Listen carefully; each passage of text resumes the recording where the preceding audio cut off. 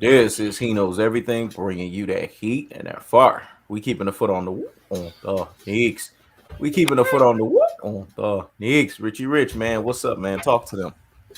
What's up, man? How's it going? He knows, man. Just been chilling, vibing, man.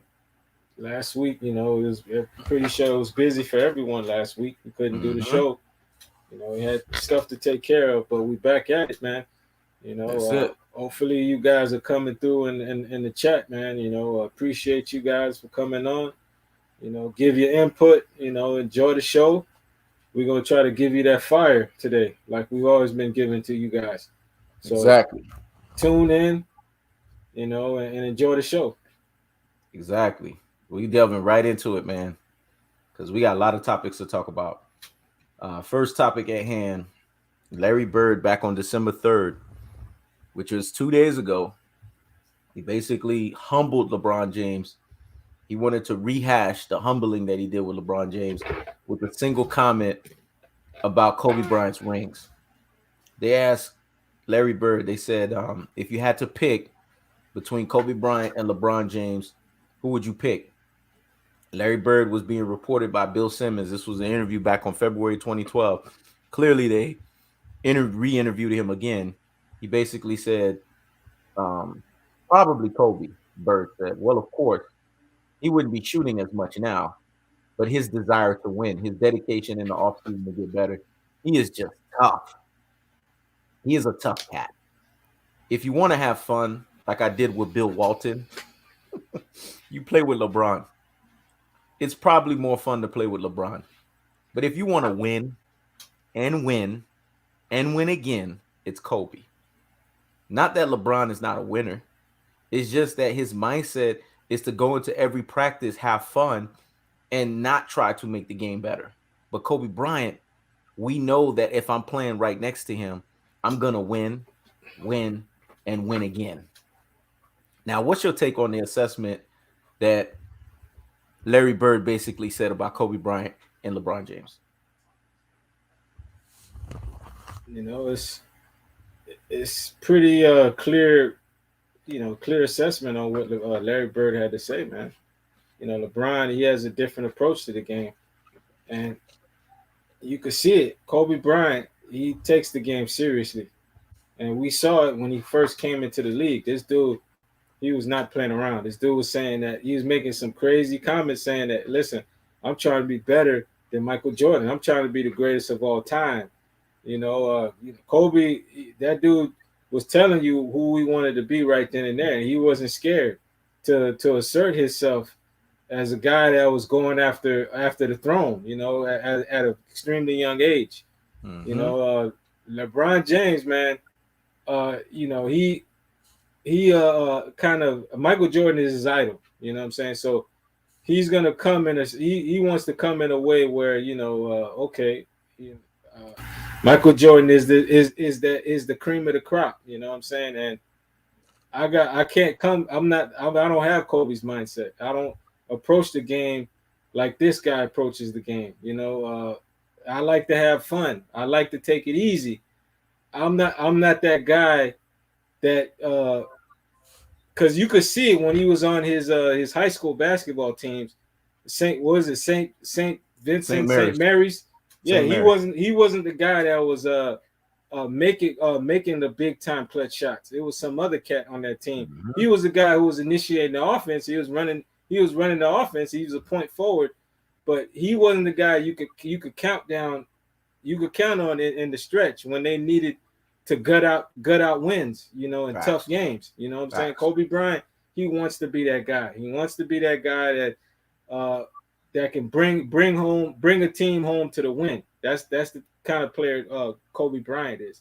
So this guy's has to be serious. He has to approach the game serious because a lot of pressure is riding on Kobe to get the job done in those clutch moments. LeBron Facts. James, there's a reason why he's taking the route that he's taking in the NBA, where you every 4 years you see him on a different team, and he wants to play with specific people to make sure his championships or his championship runs comes easy. Yep. So all that pressure is lifted from him. Kobe Bryant, That's not a guy you would see make moves like that. You know, I remember Exactly. when he had a sit down with him and Derek Fisher after they just won their fifth championship, and Miami Heat made that move. And I guess they were doing that show. I don't know if you remember that Jim Rome show that used to be on ESPN. He's Yeah, now on I remember ESPN. this I show. think this It was yeah, this like guy's something burning, Jim yeah, burning. yeah, Jim Brennan. That guy has a Mm-hmm. podcast show now. He's not on ESPN any longer. Yep. But Kobe and Derek Fisher, they were the ones narrating the show that day. Yep. And I remember Derek Fisher asked Kobe Bryant. He was interviewing Kobe Bryant. after Derek Kobe Fisher was won the on, fifth ring. after After he won Kobe the won the fifth fifth ring. ring. He Yep. asked Kobe, "Would you take the route that LeBron James took?" Kobe Bryant, man, that dude didn't even flinch. He's like, "Hell no, no, no," because he wants a challenge. That's what Exactly. Larry Bird. That's what Larry Bird is. At the end of the day, this is what Larry Bird is going to. Is trying to explain to you. LeBron is not the challenge. Kobe Bryant is a player that wants a challenge. So he wants to be with a player like that because he knows he's going to take things seriously. He's going to be out there having other star. Right, man, that's Kobe. He doesn't have that kind of team that's going to help. That's going to propel him to win. Mm-hmm. So he's not going to really go out there and give it his all because LeBron is that front runner. Yep. He likes to be have his sides covered in all bases. Exactly. Kobe Bryant, man, is a different approach. Michael Jordan's a different approach. Those guys don't matter if they got the cats they need in the trenches. They still give it their all. They're not gonna. You can't question that. You can't question those guys' heart. You can't question those guys' effort when they're on the basketball court. We've questioned LeBron James' effort many times. You know what I'm saying? Because we've seen his antics on the floor. We've seen all the nonsense we've seen in his 19th season, 18th season in the NBA. Yep. And he's not the only one making these comments. You see Dr. J making these comments. Now you even got Kareem coming out and saying funny stuff about LeBron, talking about goats don't do the big ball. But LeBron tried to do the big balls when he hit that shot against I think he hit a game winner last week. Yep. It was who was it against? Boston Celtics. It was Boston Celtics. It was against Boston Celtics. He hit a game winning shot and he did the big balls. I'm like the nerve of this guy to try to do something like that at this point in his career. You know what I'm saying? We know you're not that kind of guy. We know you're not that kind of dude. Why are you trying to act funny for in this juncture of your career? You know what I'm saying? We done seen the meltdowns. We done seen the Bostons running you out of Cleveland, making you go to Miami and go team up with Dwayne Wade. Yep. We done seen that this guy at his low point of his career. We know that's not in his DNA. Yep. This is what Larry Bird is trying to tell the people about. That's not LeBron is not a killer. He doesn't approach the game serious. Kobe Bryant does. Yep. You know what I'm saying? Stuff doesn't look fabricated for Kobe Bryant because the approach he has to the game. He takes it very serious. Yep. When he lost to the San Antonio Spurs, when the Spurs beat them in that tough series after when the Lakers were trying to go for a four-peat, I forgot who was it. Phil Collins? No, it's not Phil Collins. Somebody I forgot. He was an old reporter back in the day. He asked Kobe Bryant a question, man. So what's your off season gonna be like? He's like he told the man straight, I'm gonna push myself to exhaustion to get us to this point so that we can win another NBA championship. This thing is serious to Kobe Bryant, man. This is why Larry Bird would want to team up with a player like that, because he knows even if it's not a fun experience playing with Kobe Bryant, this guy's gonna put you in a position to win, because he's gonna make sure he gets guys on track. He's gonna make sure he's gonna get guys focused on what's important here, just like Jordan did. LeBron James is gonna have fun, you know what I'm saying? And if he feels the team is not, if they don't stack that team up enough for him, he ain't gonna take things serious. Yep. And it's interesting you said all of that because we have to look at the dichotomy. We have to look at the difference between LeBron James and Kobe Bryant, the way that they're wired as individuals. LeBron James is all about fun. The reason why I brought up Larry Bird is because JJ Redick, and that's segue into that next topic. He had the unmitigated gall and the audacity to double down on a back and forth soliloquy between him and Stephen A. Smith, where he was basically saying that guys feared LeBron James. And his assessment of that, Kendrick Perkins alluded it to it. They were basically going on a tirade on ESPN because, you know, they got to give LeBron something to stick. They couldn't give him the GOAT argument because the last dance ruined that for him. They couldn't give him anything else. So they couldn't really give him a conversational piece for him to really stick with. But before I touch on that, star power and entertainment, I'm going to ether and murk him. The master is here. Duncan is the most underrated player the league has ever seen and owned. You first of all learn how to spell. You put Kobe Bryant with a Kobe IE. It's Kobe E. Learn how to freaking spell. Secondly, you once again reveal yourself as garbage because anyone that knows the history between Kobe Bryant and Tim Duncan, go look at the history between their matchups. Kobe Bryant has owned Tim Duncan, so I don't know what you're talking about. Go look at the history between the Los Angeles Lakers and the San Antonio Spurs overall in terms of win-loss shares with Kobe Bryant led teams versus Tim Duncan led teams. Kobe Bryant has dunked on Tim Duncan a number of times, embarrassed him. That year when they sat there and said that Tim Duncan was going to win the MVP, Kobe Bryant went in there in that postseason, dunked on this guy a number of times, and said MVP that, and finished him in that round of the playoffs. Yeah, well, if you say who cares about spelling, then that tells me that at early childhood onset, you're missing and you're lacking neuron receptors. So I can't help you out with that. Spelling is very important because if you can't spell, you can't be able to count money. And if you can't spell, you can't be able to read and have comprehension. So can't help you out with that. You need to go to a library. You need to seek out a tutor so they can teach you how to freaking read because it's very important to learn how to fucking read and to be able to spell. But anyways, back on to what we were talking about. Kobe Bryant, the reason why Kobe Bryant is the idealism of fear is because guys like JJ Redick, and see, that's what people don't understand. Guys like JJ Redick said out of their own mouth the reason why LeBron is feared is because of his size. If size is what makes people afraid of you, then if that was the case, people would be afraid of people that were walking around here looking like Sasquatches that are 7 feet, 8 feet, things of that nature. Size is not what makes you that is not what makes people afraid of you. It's the mindset. See, when we think of fear and we basically assimilate it and we draw the simile between fear and basketball, we think of clutch factor. We think of killer instinct. That's what made people afraid.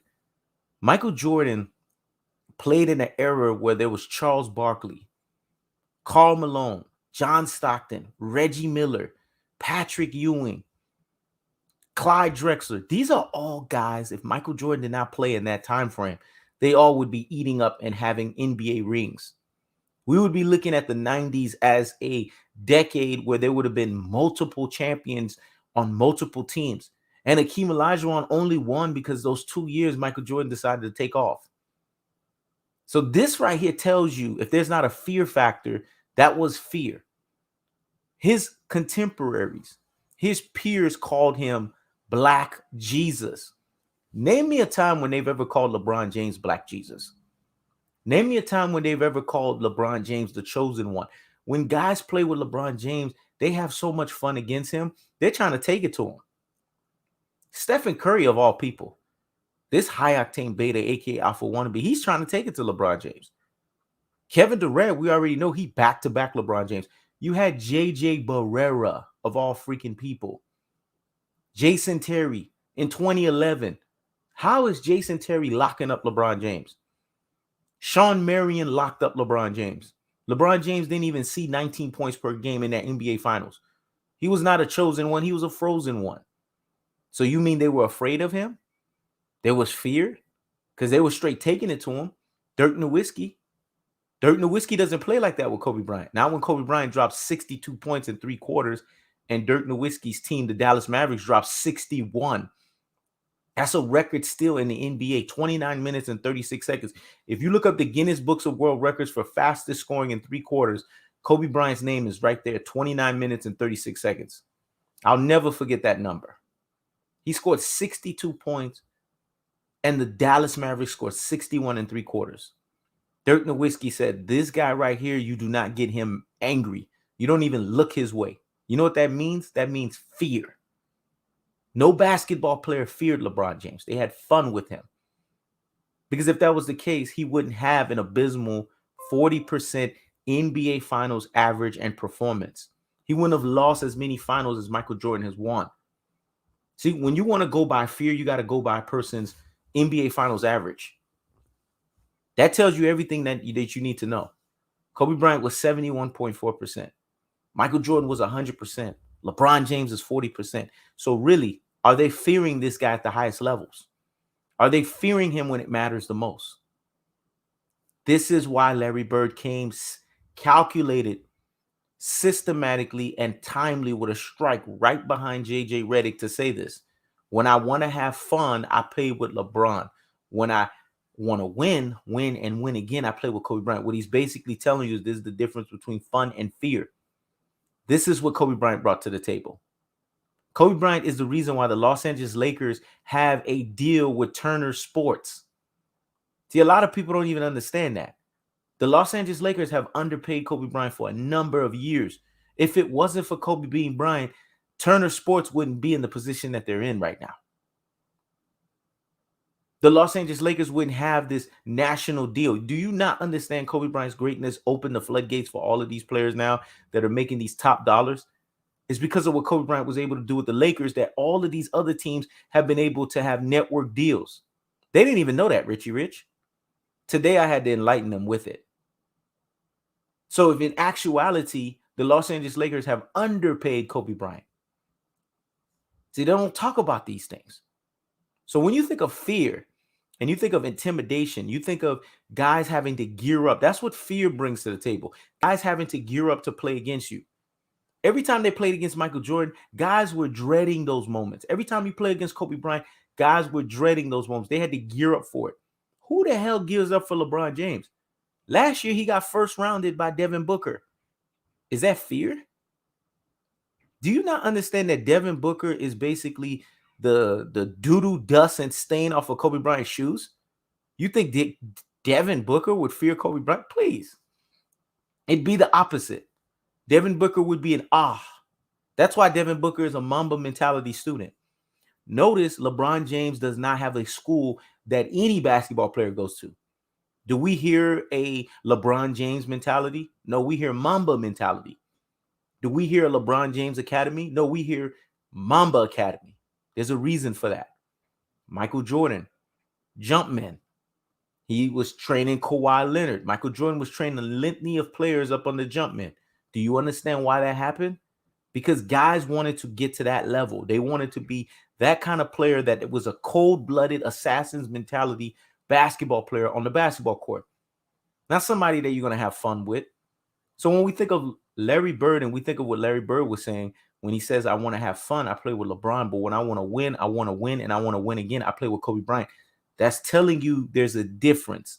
There's a delineation. There's a distinction. There's a gulf and a separation between one player that plays with a fun style and another player that plays with a fear style. You want to know LeBron James's career? You want to put LeBron James in a microcosm? You want to put him in a global perspective? Go look at his celebration with the Miami Heat. What year was that? 2012 or 2013? Remember when they used to have that thing where everybody was doing it? Everybody would dress in a really clown suit or circus affair, Circus Soleil, and then they would dance. Go look at that video. That video has millions of views on it. It's in Miami Heat. LeBron James has this supposed king crown on his head. He's shirtless, and it's a bunch of Miami Heat players, and they're having fun. That is the legacy of LeBron James right there. If you want to really pull it down to a drum, that is LeBron James having fun. Larry Bird went and disrespect LeBron James that he mentioned Bill Walton. If you understand the full variation of what Larry Bird was saying, you would understand how much he disrespected LeBron James. He said, when I play with Bill Walton, I just have fun.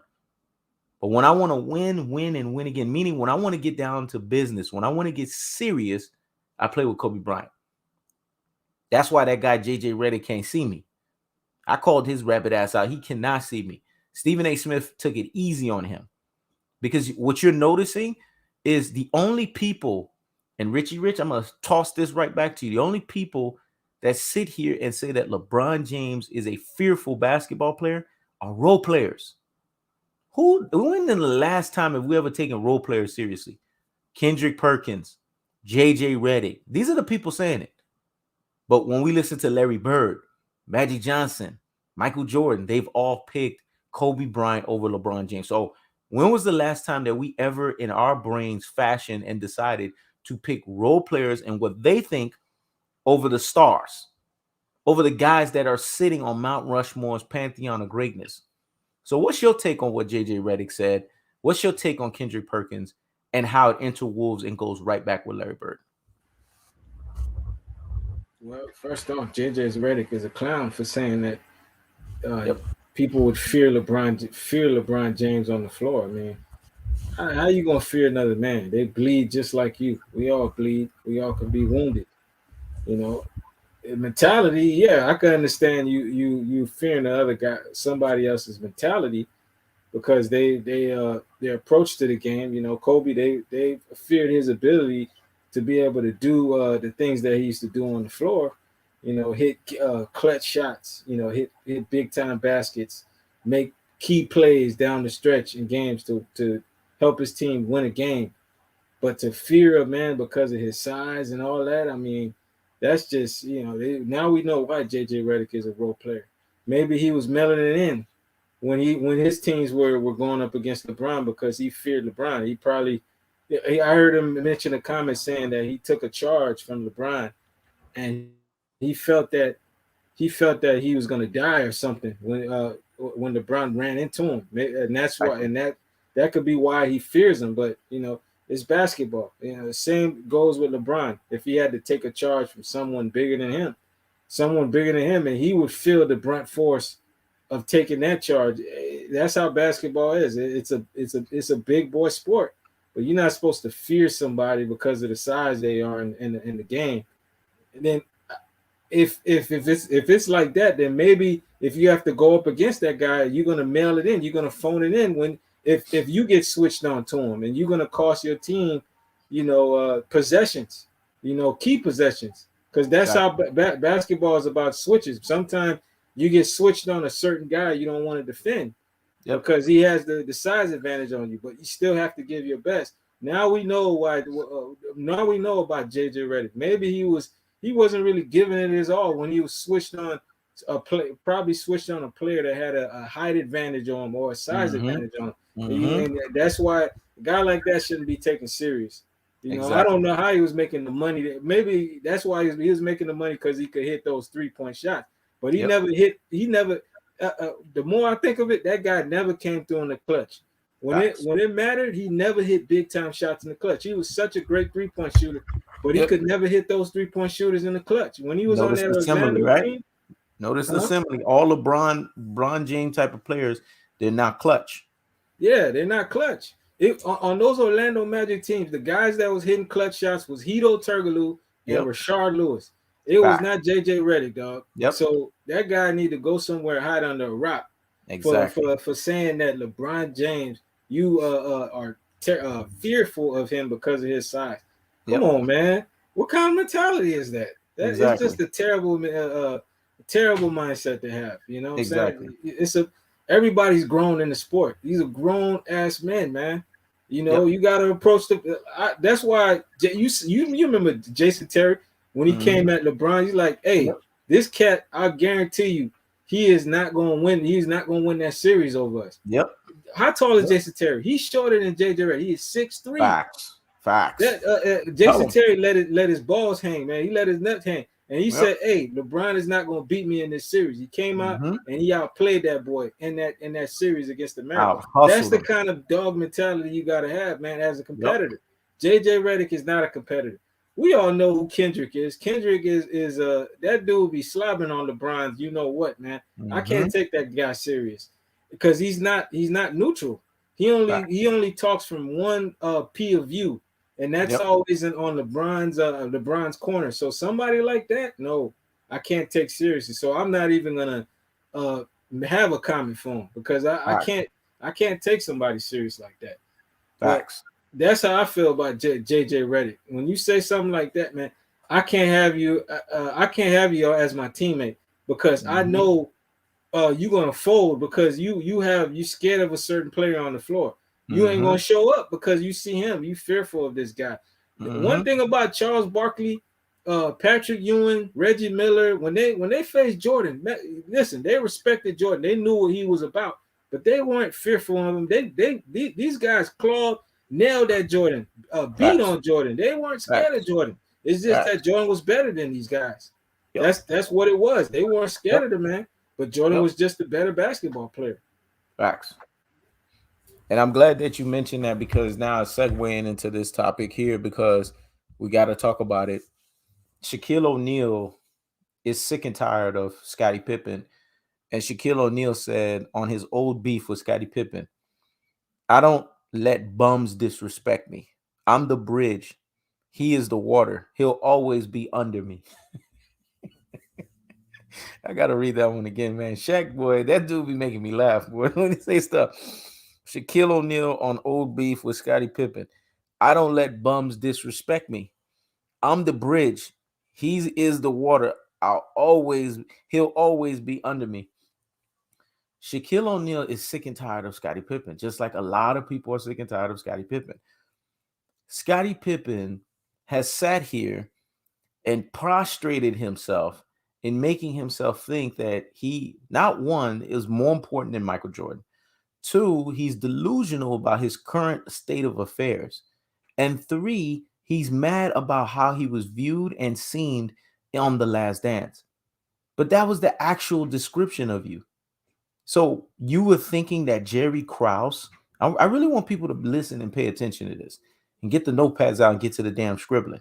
You really think Jerry Krause was going to sit there and outpay you over Michael Jordan? Michael Jordan was underpaid all the way up until those last 3 years when he asked for those big checks.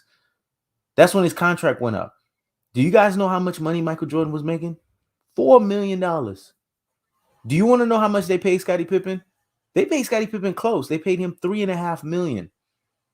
Jerry Krause, with all of the money that Michael Jordan brought to the Chicago Bulls, do you guys realize that WGN would not exist if Michael Jordan didn't even show up? He brought that to the Chicago Bulls. He brought that to United Center. He brought that to the whole Shy. Do you guys realize the type of money that Michael Jordan, from an endorsement standpoint, was bringing in, not only to the NBA, not only outside of the NBA, but also to the Chicago Bulls? At any given moment, Jerry Krause should have ripped up that contract and say, Michael Jordan, we need to reevaluate your contract because you're bringing us not only intrinsic, but you're also bringing us extrinsic value. And we really need to sit here and appreciate what you have brought to the table. Not once did Jerry Krause do that. So if he didn't do that for Michael Jordan, how the fuck did Scottie Pippen think that he was going to do that for him? Like, you honestly think you was going to make more money than Michael Jordan? That was not going to happen. So get that out your brain. Because if they pay you them more than Michael Jordan, they're basically saying that your value to the team is more than his. And that wasn't going to happen. Now, the other thing, Scottie Pippen, you are on contract. Unless you're pouting about something, unless you have a serious and significant injury that sidelines you, there were moments where he had serious and significant injuries. He had to sit down, he sat down. But once you're healed, why aren't you getting back on the floor to play? Why are you then saying, oh, well, I'm just going to sit on this one and pout and cry about it? He had moments where he just didn't want to play because he had issues with him and Jerry Krause. How many of us have working relationships and working situations where we work with people that we don't give two flying fucks about or two cows fucks about? Do we sit there and pout about it? Do we sit there and not go to work? Do we sit there and tell ourselves that we can't put ourselves in this position from a 9 to 5 standpoint because we don't like the person we're with? Or do we suck it up and just figure our way around it and do what we got to do? That's what Scottie Pippen needed to do. And he couldn't even freaking do that. And you think seriously that somebody's going to take you serious? Here's the other thing with Scottie Pippen. Michael Jordan's father passed away. He put in his book that Michael Jordan wasn't sincere about that his retirement had nothing to do with that. It had other basically ulterior motives and exterior reasons.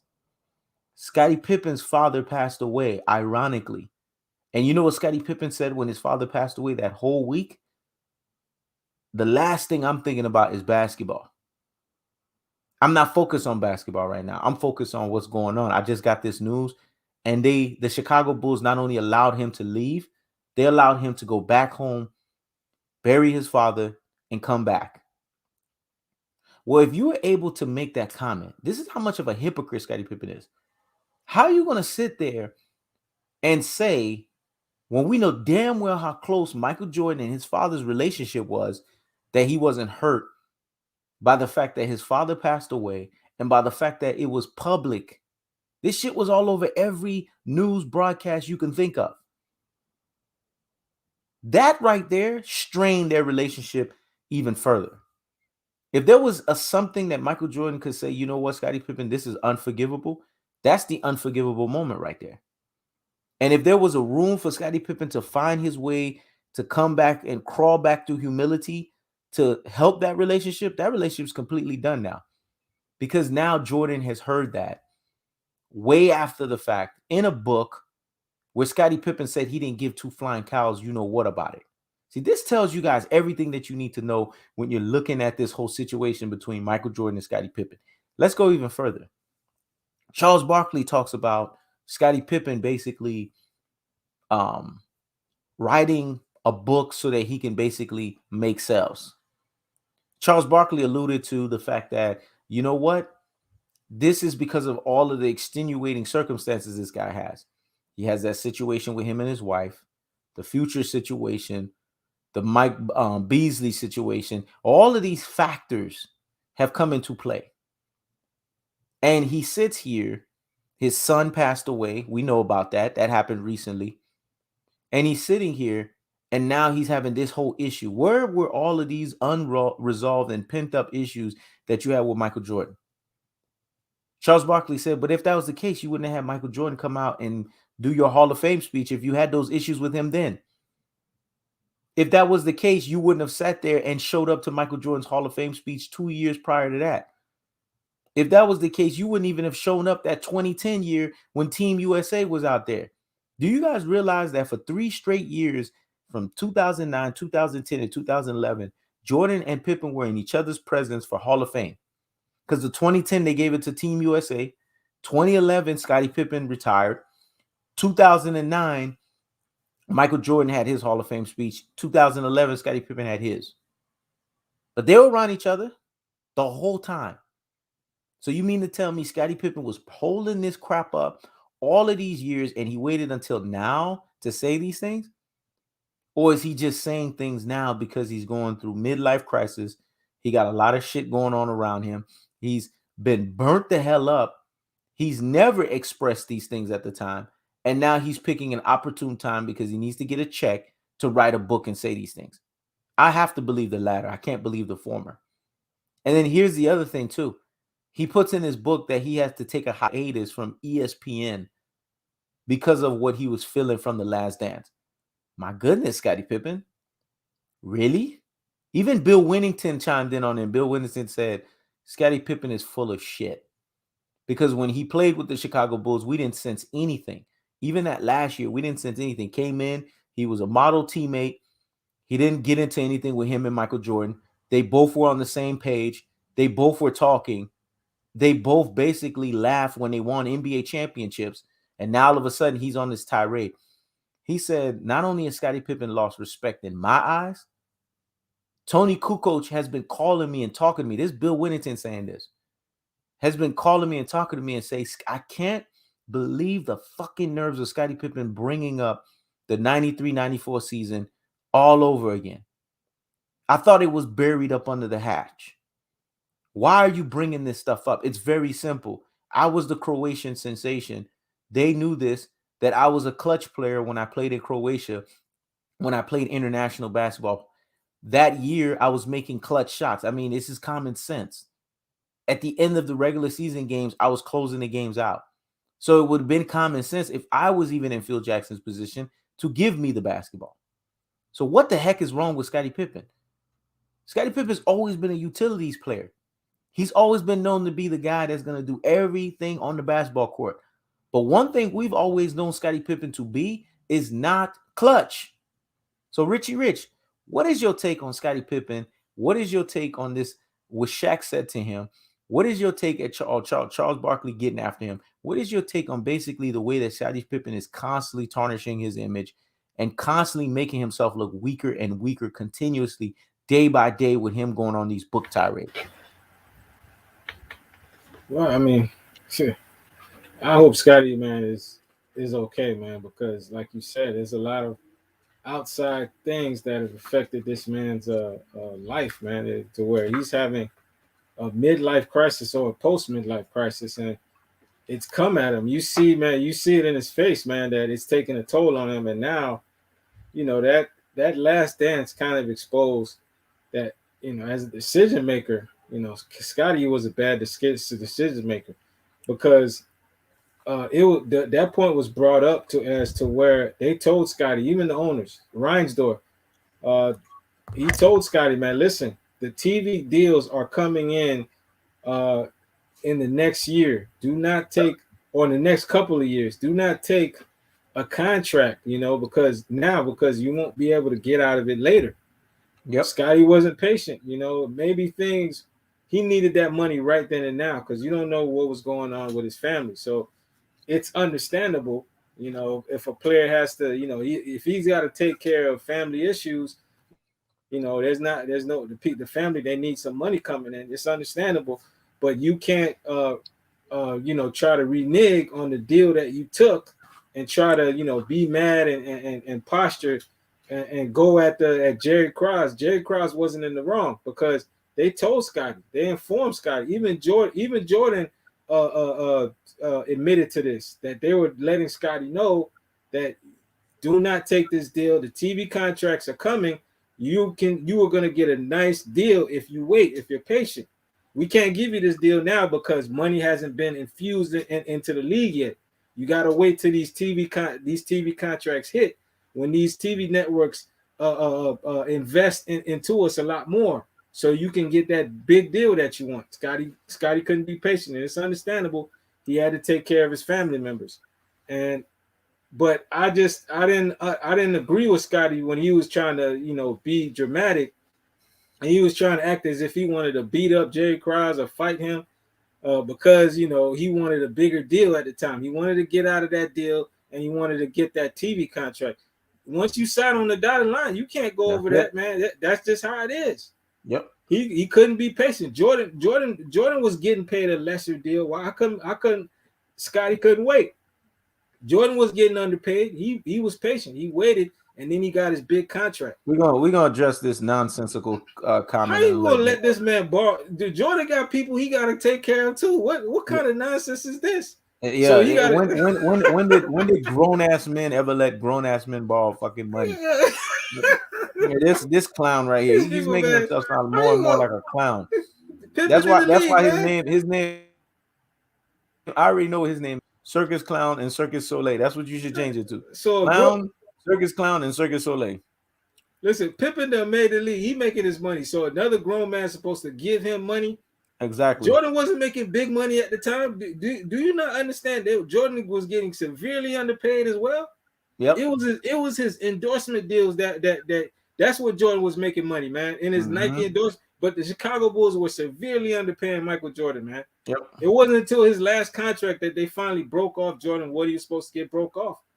You know what I'm saying? And at that point, he still was getting underpaid. But he was patient. That's one interjection that I want to say, Richy Rich, and then you got the floor.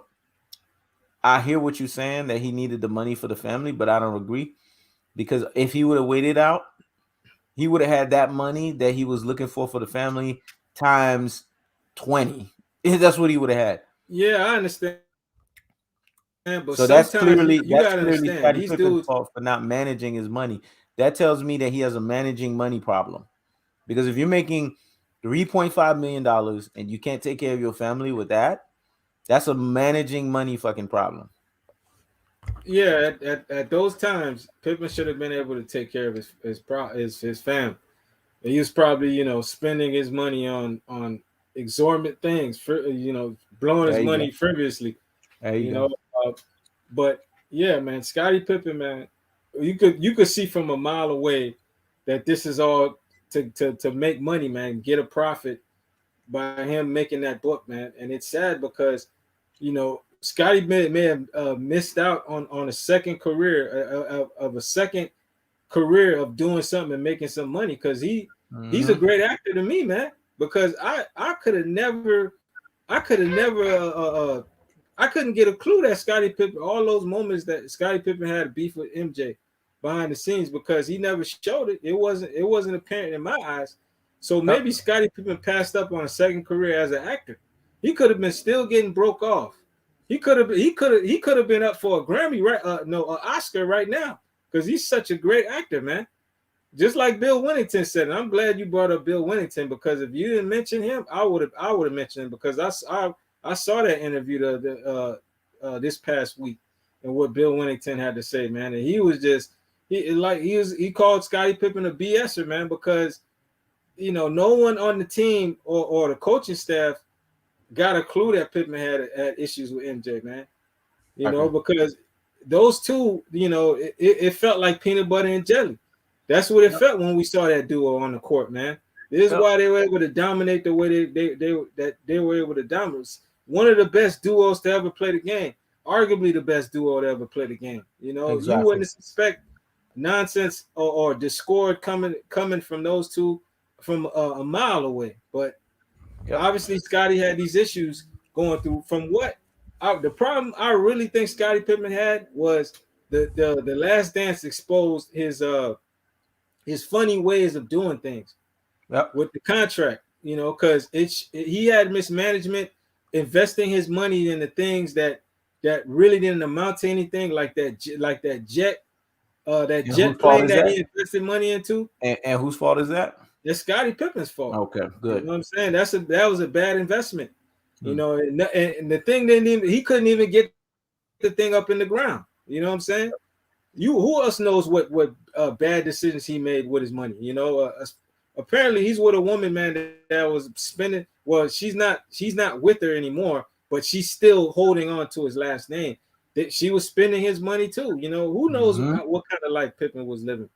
And now, you would suspect Pippen to have money. He's an ambassador of Chicago Bulls. He was able to still get a check from that because he won a lawsuit about that jet plane that he invested to. He won $2 Mm-hmm. million of that lawsuit. How come he didn't invest in you see all these athletes, investing in the things and it turning into multiple amounts of money down the line in the future? Like you Mm-hmm. look at Kobe, rest in peace. He invested into that beverage. Uh, Yep. I know he invested $2 million, and now it turned into 800 million. I know you Yep. know about that. He knows. Yep. Well, you Yep. see LeBron, he invested into the Beats, Dr. Dre's thing, and LeBron Yep. was able to make a substantial amount of money. How come Yep. Scottie Pippen didn't make an investment like that? Yep. You see all these younger players making investments. Jordan got his baby. He got the Jordan brand. So he Jordan gonna make bread regardless. How come Pippen didn't make a wise investment, man? That's the thing. Pippen is not thinking. He And can't and blame anybody but himself. He and has it. Jordan's been underpaid too, but that's another topic here and there. Yeah. You a grown ass man. You got advisors. They're gonna give you advice on what to invest in. He probably had the wrong advisors around him, or he probably was just trying to do things on his own. And he's not really knowledgeable. He wasn't really knowledgeable about what's popping, what's not popping. Mm-hmm. And he Mm-hmm. invested in the wrong thing and he lost a lot of money. We even Yep. see these players, Tim Duncan. He was with a financial advisor that lost money from him, that stole money from him. It happens, man. It happened to a multitude of other players where they're around bad financial advisors that give them the wrong advice.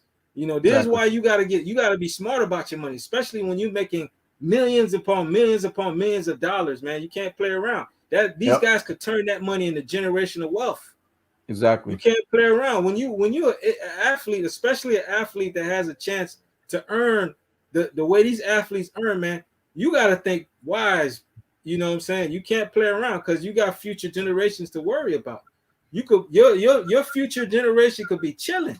Your great Yep. grandchildren could be chilling off the decisions that you make Yep. years down the line. Facts. Yeah. So you got to think. Scotty wasn't thinking, man.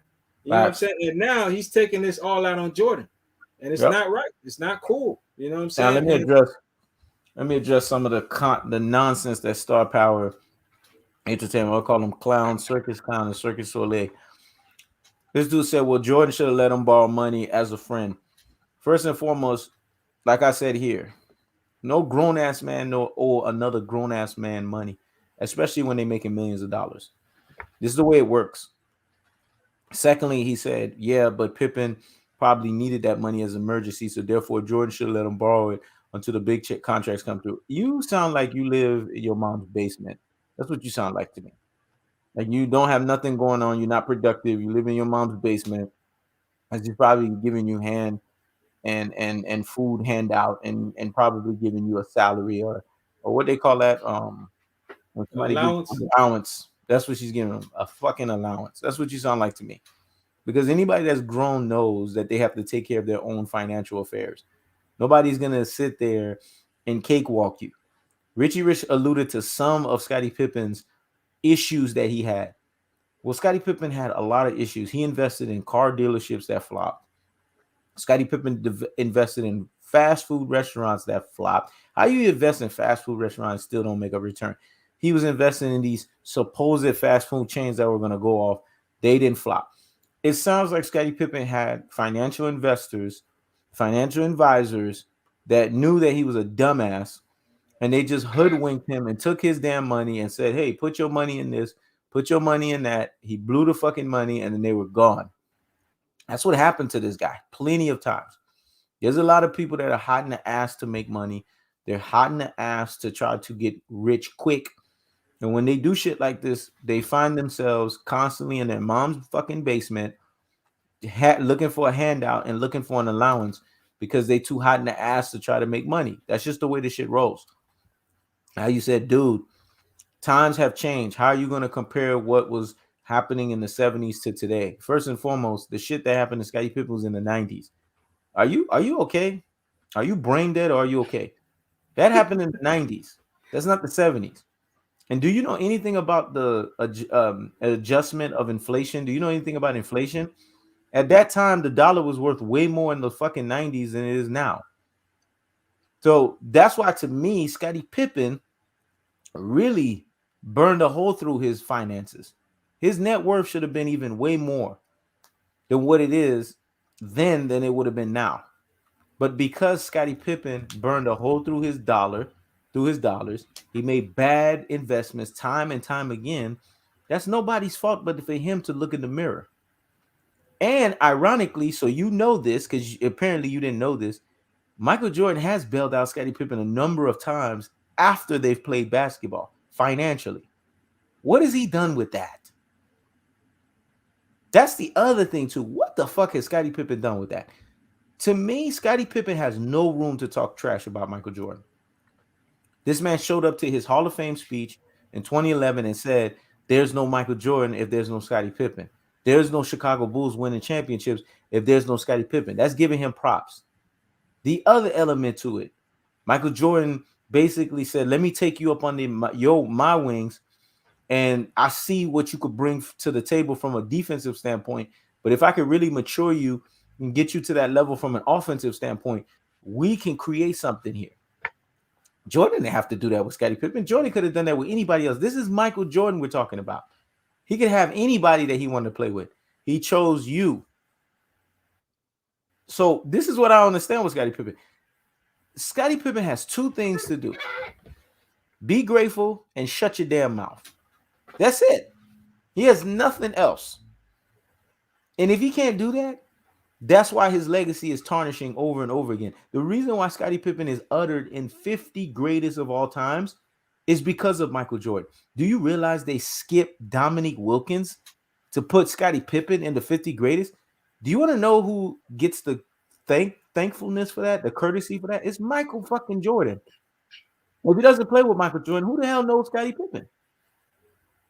If Michael Jordan does not develop Scottie Pippen's offensive game, who the hell is checking for Scottie Pippen?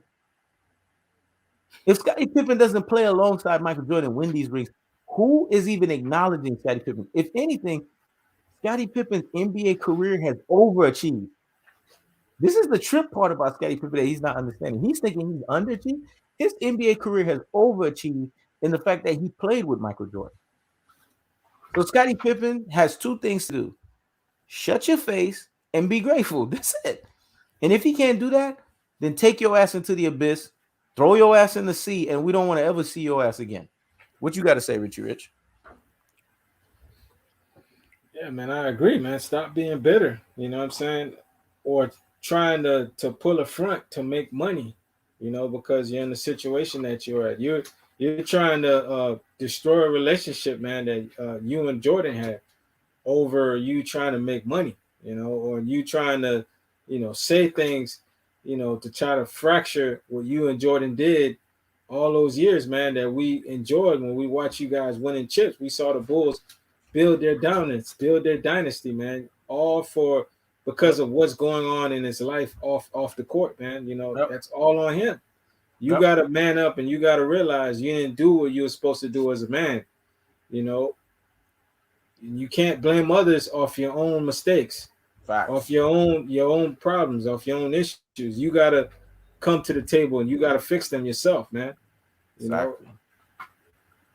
Those guys coming out, it sucks because that's his personal life, but he let that stuff get out of control, and now it's all in the media. And now everybody has a say in what they want to say about his situation. It's just sloppy, and that's why I feel that he's acting the way that he's acting, man. Because it's all this stuff is out there, and he's embarrassed, man. And that's the route that he's taking, where he's being bitter that everybody knows what's going on, especially the situation with his wife. It's a very sloppy situation. You don't want people to know about that nonsense. Other basketball players, younger basketball players at that, messing around with your ex-wife. Well, Scottie Pippen has no respect for himself. Because any man that has respect for themselves, as soon as their woman started doing that, they would say, I don't fucking know you. They would just go like this. They would Pontius Pilate the situation. I don't fucking know you. The last time I checked, she's for the streets. That's it. She's for the streets. That's what you would say. Exactly. She's for the streets. I don't fucking know her. That's what you would say. And the thing is, Scottie Pippen didn't do that. He wanted to be the nice guy. They always tell you nice guys finish last. He wanted to be the nice guy, the guy that sticks around. Well, guess what? You saw how TMZ clowned him, man. You saw how TMZ clowned him. I guess he was going somewhere. This was a few years ago. He was going somewhere with her, right? I guess they were outside. Uh-huh. They weren't back together, but I guess they were just going somewhere. At that in the evening, and TMZ approached both of them, and one of the guys made a slick comment about Futures. What do you think Future thinks about this? And Scottie Pippen gave that fool a look, man. He like, what the hell? And he did like a look. He like, what the hell? Yeah. I'm like, man, how do you allow that situation to get out of hand? You let that woman disrespect you like that, and then got the nerve to be parading around you. No, go take your ass over the Future. As the last time I checked, me and you, we don't fucking belong with each other no more.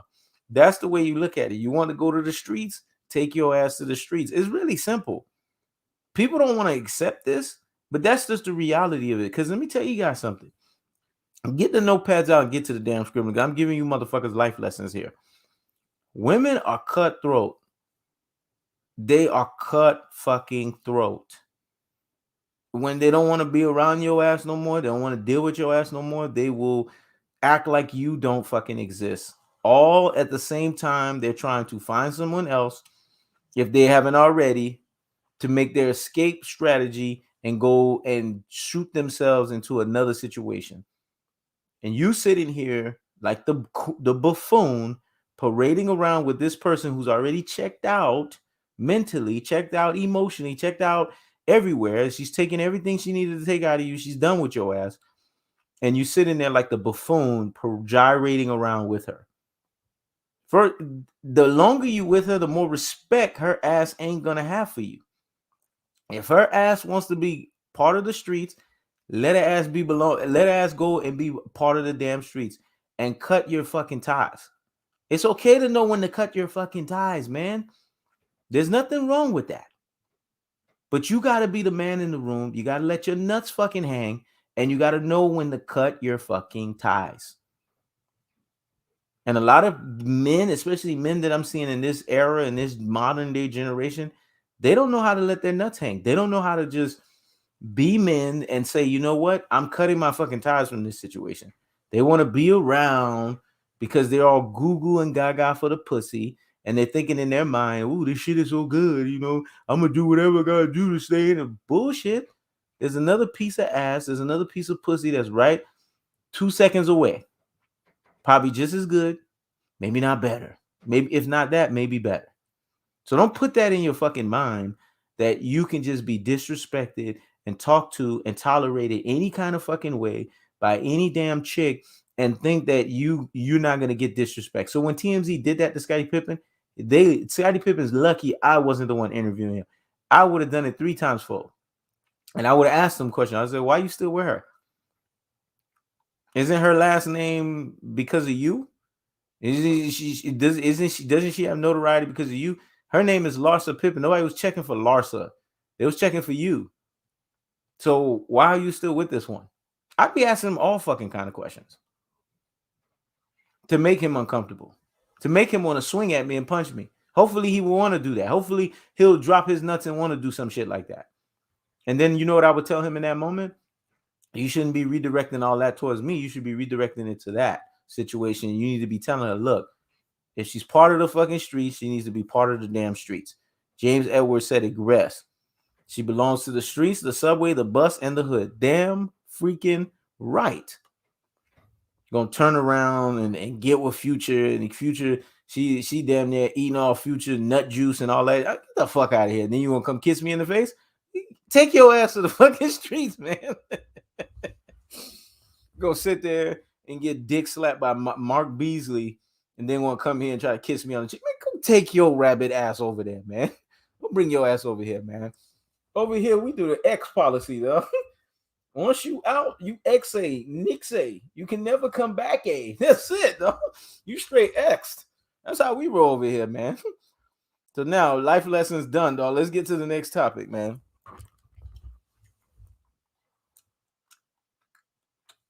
All right. Next topic at hand. Kevin Durant. Kevin Durant and the Brooklyn Nets. They're not giving them credit, Richy Rich. Last time I checked, they lost their last game. There hasn't been no Kyrie Irving, but there's a twofold topic that I want to talk about here. The Brooklyn Nets are number 1 in the East. Notice no one's talking about that. LeBron Tars don't want to talk about it. LBJ Riders Media don't want to talk about it. LBJ Brigade don't want to talk about it. LBJ Stands, LBJ Apologists. None of them wants to talk about it. Can you explain to me why the Brooklyn Nets, being number 1 in the East, is not being talked about? And Kevin Durant is having an MVP-like calendar year. But all they want to do is talk about LeBron James. And I'm going to get to his ass. What's your take on the Brooklyn Nets and the level of disrespect that they're showcasing to them, quietly being number 1 in the Eastern Conference? Well, I mean, it's impressive what the Brooklyn Nets are doing. You know, Kevin Durant, the numbers that he's putting up MVP numbers, and he has them at the top of the East. They lost to the Bulls yesterday, but they're also missing some pieces to the team. They lost Joe Harris. I believe he had to have an ankle surgery. He's going to Mm-hmm. be out for an extended amount of time, probably about a month or maybe more than that. And Well, they still don't got Nick Claxton in the lineup. yep. So they don't have their sharpshooter in the lineup, and they don't have one of their big men in the rotation. So, they're still doing their thing, man. But the problem why they're disrespecting the Nets, they know KD is official. We all know KD is official. The problem is, man, Kyrie is not there. That situation is still looming. And people are looking at James Harden, man. They're like, what's up with this man right here? Because he looks sloppy, man. What's going on with him? He don't look like a number two that can be counted on, man. Because I don't know, he knows, man. I just don't like that dude's brand of basketball, man. And I don't trust him to be a number two for Durant. If Kyrie was there, the situation is different. Kyrie know he got a rider right there with him. He know he got a guy that could step up in those moments. James Harden, man, you can't count on him, man. He's got too many moments in the playoffs where he don't show up, man. And he plays funny basketball. If he's not getting those calls, if he's not getting to the free throw line, he looks like a completely different player, man. So he's not someone you can count on, and he don't play no defense. And his Mm-hmm. effort on the court, man, this guy just has no effort on the court. He plays a horrendous brand of basketball that I just can't prescribe, man. If Harden had more of it, yeah, okay, yeah, people got to look out for Brooklyn. But honestly, man, that man is a number three player. James Harden is a number three player. What he's doing, he could set up, create for others and stuff like that, get his shots here and there, pick his spots here and there. Yeah, I don't mind that. But him being counted on as a number two, if they throwing double triples at Durant and Yep. Durant needs somebody to go out there and light him up, can we count on James Harden? Yep. I don't know, man. I don't know. I can't count on that man. But I know if they try to do that Great with point. Kyrie's on the court, they're gonna pay dearly. They're Yep. gonna pay dearly.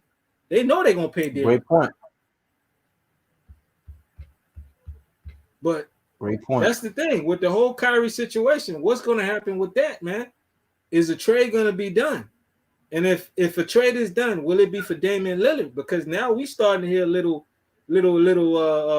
stuff coming out about the Trailblazers. They fired their GM, right? Their president Yep. of basketball operations and their GM. Yep. What's gonna happen with that situation? People Yep. getting let go, people getting fired over there. That team look like they're about to fall off a cliff Mm-hmm. record wise. I mean, will Dame finally let them be known? Hey, I want to be traded, man. And that's probably a great trade. Go get Damian Lillard if Kyrie Irving is still on this not taking the vaccine stuff. Damian Lillard, what's up? You want to come to Brooklyn? Yep. That if I'm KD, that's what I'm phoning. I'm phoning Damian Lillard right now. What's up, man? You want to come to Brooklyn? Exactly. Because he needs a guy. He needs a guy there. He needs another bad boy out there with him. Because James, man, I can't trust that guy. And I'm glad that you said that because James Harden is not a number two. I've always said it. James Harden is basically what we would say a number three or a six man of the year. So they're all playing out of position because you got to understand that the Brooklyn Nets had every intention of Kyrie Irving playing this year. Star Power Entertainment said the best thing. This is the problem. When you listen to us enough, you have no choice but to get some of that oozing alpha male energy that gets protruded to your nonsensical brain. He said the Nets need to get rid of Irvin. You can tell KD is not happy with Irvin's ridiculous beliefs. Smartest thing you said today. And I said that. The smartest thing you said, SPNE. If you stay on that wave, you're moldable, you're changeable. But until further notice, I don't know. But I can tell you this much. I've said this before that Kevin Durant is tired of Kyrie Irving. But in light of recent events, and now I have to give Kyrie Irving a pass, I don't see why the Brooklyn Nets can't allow Kyrie Irving to play because LeBron James was able to come back 2 days after testing positive for COVID. That changes everything for me. because once somebody gets tested positive for COVID, they got to quarantine for 10 fucking days. Who says that the rule and the exception of the rule changes for LeBron James? He has a positive test. And now he's telling, oh, I didn't like the way that they handled it, but they can allow him to be cleared to play basketball after 2 fucking days. So now the question remains. Kyrie Irving has never tested positive. Yes, he hasn't been tested, but why can't he fucking play if LeBron James can play after testing positive 2 days later? Now, that's a double standard for me right there. And this is where now I have room to defend Kyrie Irving.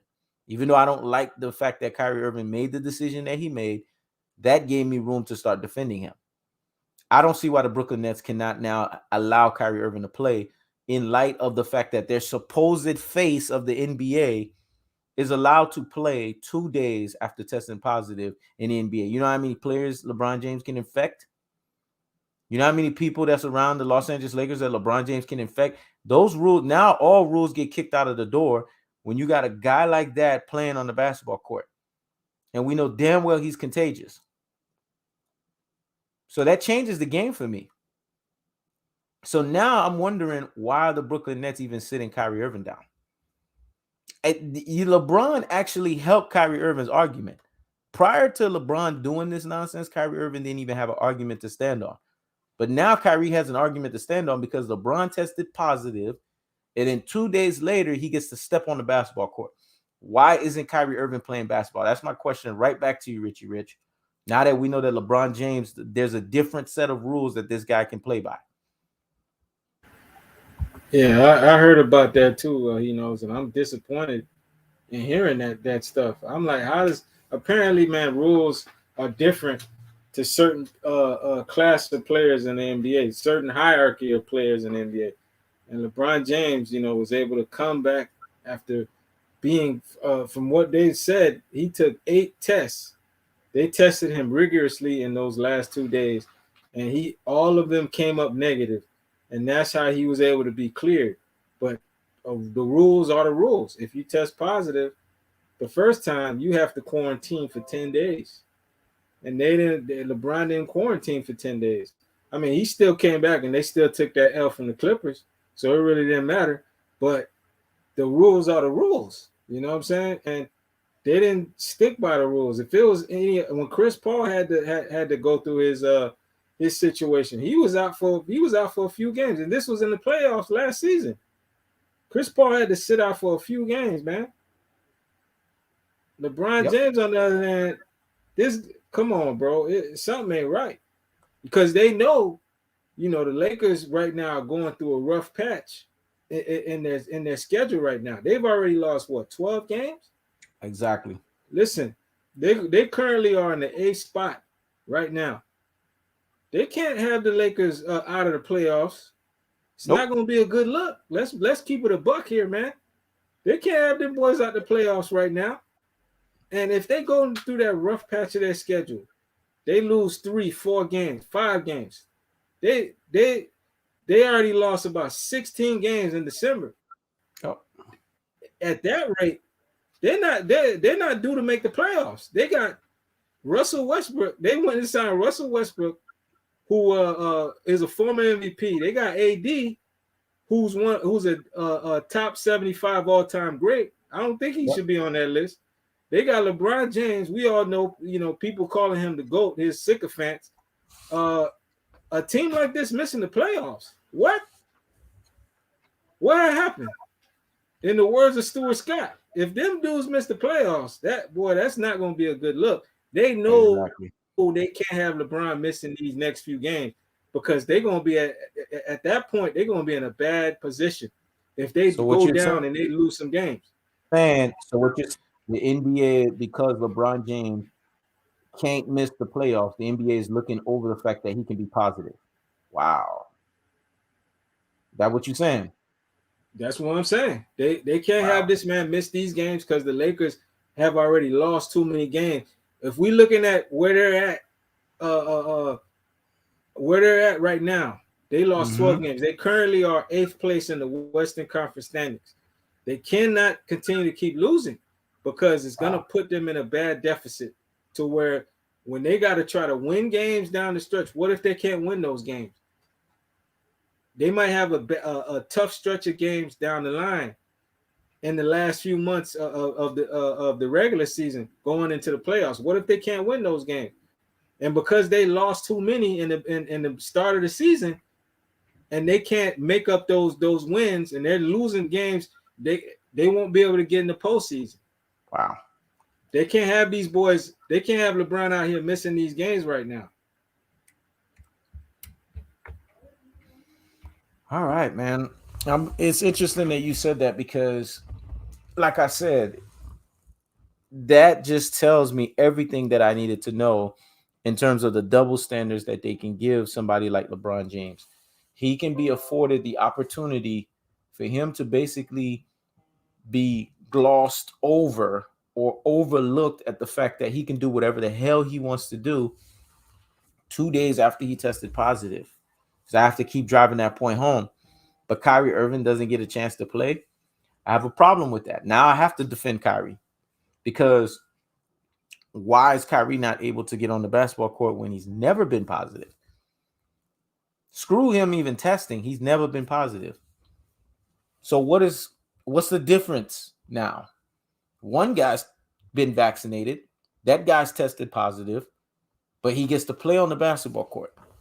He gets to infect his teammates. He gets to infect other people in that Los Angeles facility. He does not quarantine because he's LeBron James. But Kyrie Irving gets to sit down, and Kyrie Irving is not affecting any damn body. That's a problem for me, man. That tells me that the NBA has a hidden agenda. They don't want the Brooklyn Nets to dominate. Let's just be honest here, because now I have to jump into the real reason why I said that. They don't want the Brooklyn Nets to be that juggernaut team because they saw what Kevin Durant did to LeBron James when he was with the Golden State Warriors. They don't want more of that. That's what's happening, man. That's why they're sitting Kyrie Irving down. Because if Kyrie Irving is there, then what ends up happening is we have a situation where LeBron James is screwed. James Dagg said it's leftist double standard. Facts. That's exactly what it is. It's nonsense, man. Because when it's all said and done, why is Kyrie Irving now not playing? And I don't want to hear what Sean Marks have to tell me. I don't want to hear now what they think. I don't care what New York thinks. Because if the guy who supposedly is the face of your league can show up 2 days after he tested positive and play the game of basketball and get a lot of people sick and infected, why can't Kyrie Irving be on the basketball court? That's a big question. That just tells you not only does the rules do not apply with LeBron James, you know what it also tells you? It also tells you, like we've always assumed, that Richy Rich made a point. The storm has to be perfect for LeBron James. He has to have everything in his favor. Well, when you think about this is in his favor. Because if Kyrie Irving's not on the Nets are crippled in a sense. So if the Nets are crippled in a sense, that's why they can't play. Now, this clown here, because he's a LeBron tard, Kyrie's not vaccinated, he shouldn't be playing. LeBron is positive.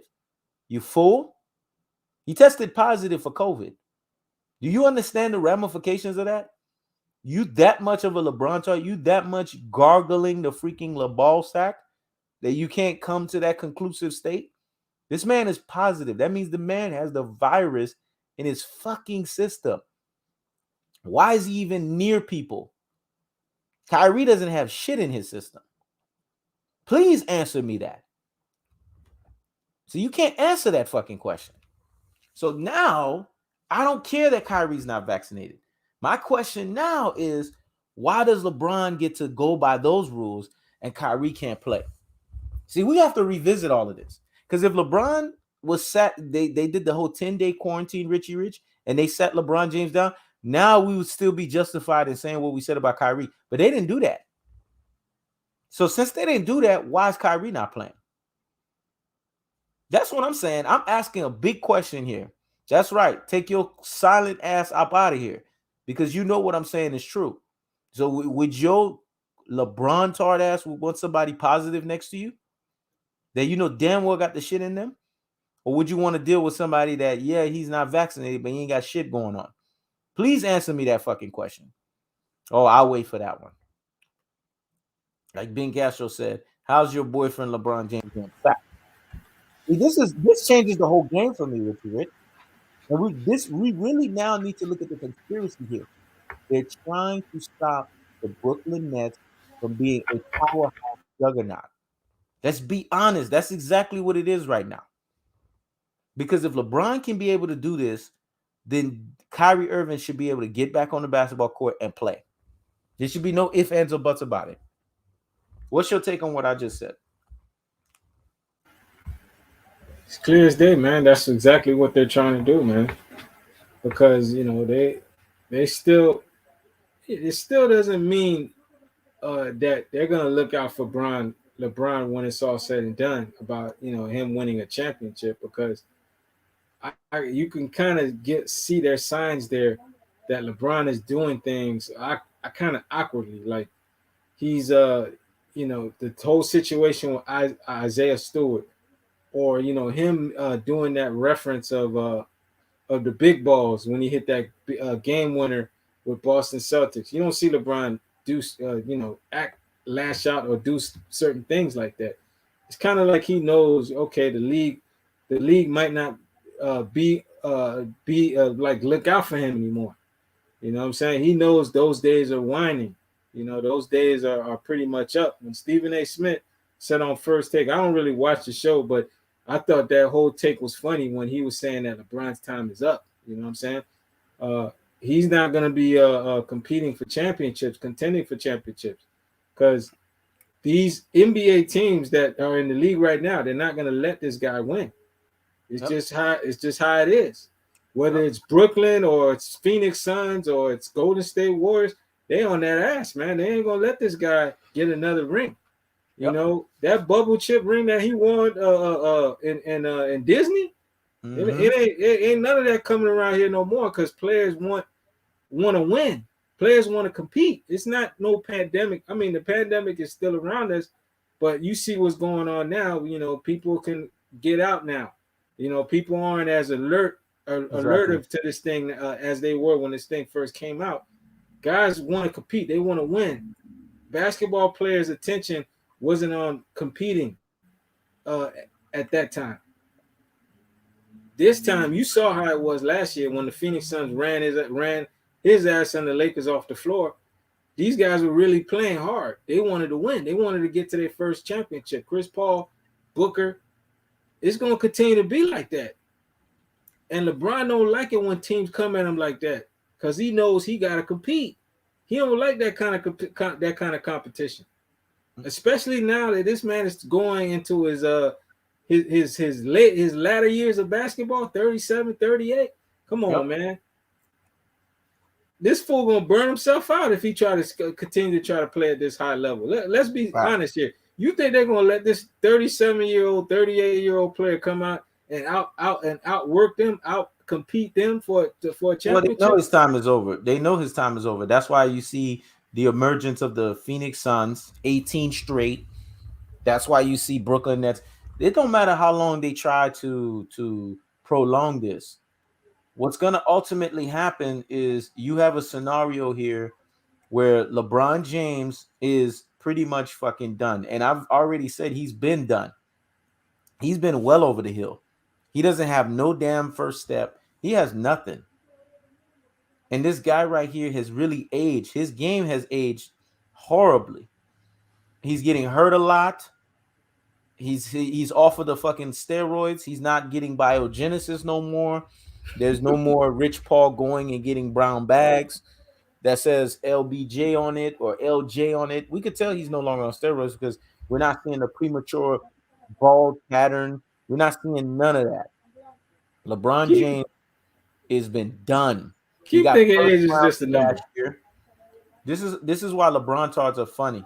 His ass got first rounded last year, and they're making excuses. He's the only basketball player that I've ever seen that they've made excuses for, and it's pathetic. Listen, let it be Curry or Durant that old yell at this dude. Yep. off the floor. I'm telling you, when they lay his ass out the pasture, Yep. listen, they gonna poke fun at this dude legacy. It could be Yep. anybody else, but if it's any of those two, man, I'm telling you, they gonna put dirt on that on LeBron name. They gonna Exactly. listen. That's why listen. It can't be Curry. If it's Curry, you remember how LeBron got him in the play-in. If Curry come back and get LeBron again, they're gonna be like, man, Curry owned this fool, and Mm-hmm. it better not be Durant, because we all Yep. know if it's Durant, how you a goat, and this man done destroyed you 3 times on the big stage.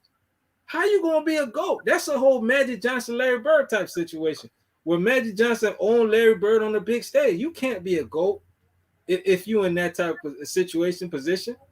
Now Yep. if it's sycophant of fans are just calling them a GOAT because they want to call them a GOAT, go ahead. That's your opinion. But you Yep. honestly can't call someone a GOAT when they get owned like that. Yep. Come on now. That's just asinine talk. Exactly. And I'm glad that you said that because what is the message that is sending out is a message that's letting people know that LeBron James plays by a different set of rules. And I've always felt that way. I've always felt that the NBA gives this guy a pass. And this goes into what Richy Rich was talking about when Richy Rich said eloquently that everything has to be perfect for this guy. That's why he won a bubble fucking title. Nobody was training. Him and his team were the only ones training at a secret facility, a secret location, a secret gym. And then all of a sudden, he's the one pushing for the season to start back when everybody else is like, why do we even need to play? You know why? Because he knows it's the least path of resistance. That's why it was called the least path of resistance title. That's why it was called NBA pickup game title. That's why it was called a virtual reality title. That's why it was called a bubble title. In the annals of NBA history, nobody's going to respect that title. So really, you know what LeBron James is? They don't even bring it LeBron up. James is 3 out of 10 and one asterisk. He's not 4 out of 10. That's what I'm going to start saying now. 3 out of 10 with one asterisk, because that title doesn't even fucking count.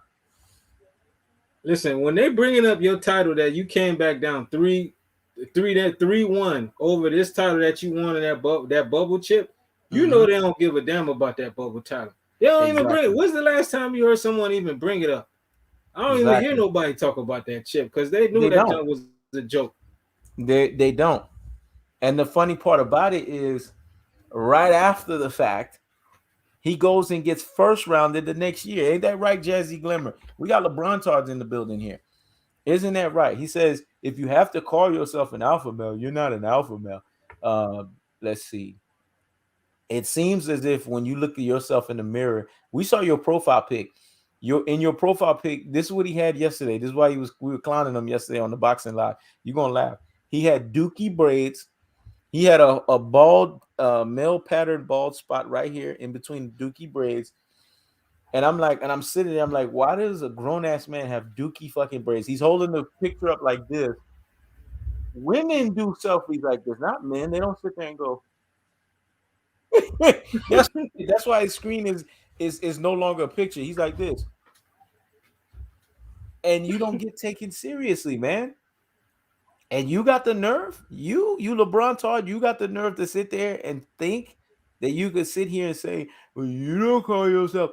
An alpha male calls themselves whatever the fuck they want to call themselves. That's the difference between them and you. You too beta to even understand that. There you go, James Daz. Yeah, that's what I wish you would have seen his profile pic when we had the boxing. He had a profile, and me and Tom Ross was clowning him yesterday. He went crying off the live. He didn't show up. He disappeared because we called him Dookie braids. We said he had a bald spot right here in the middle.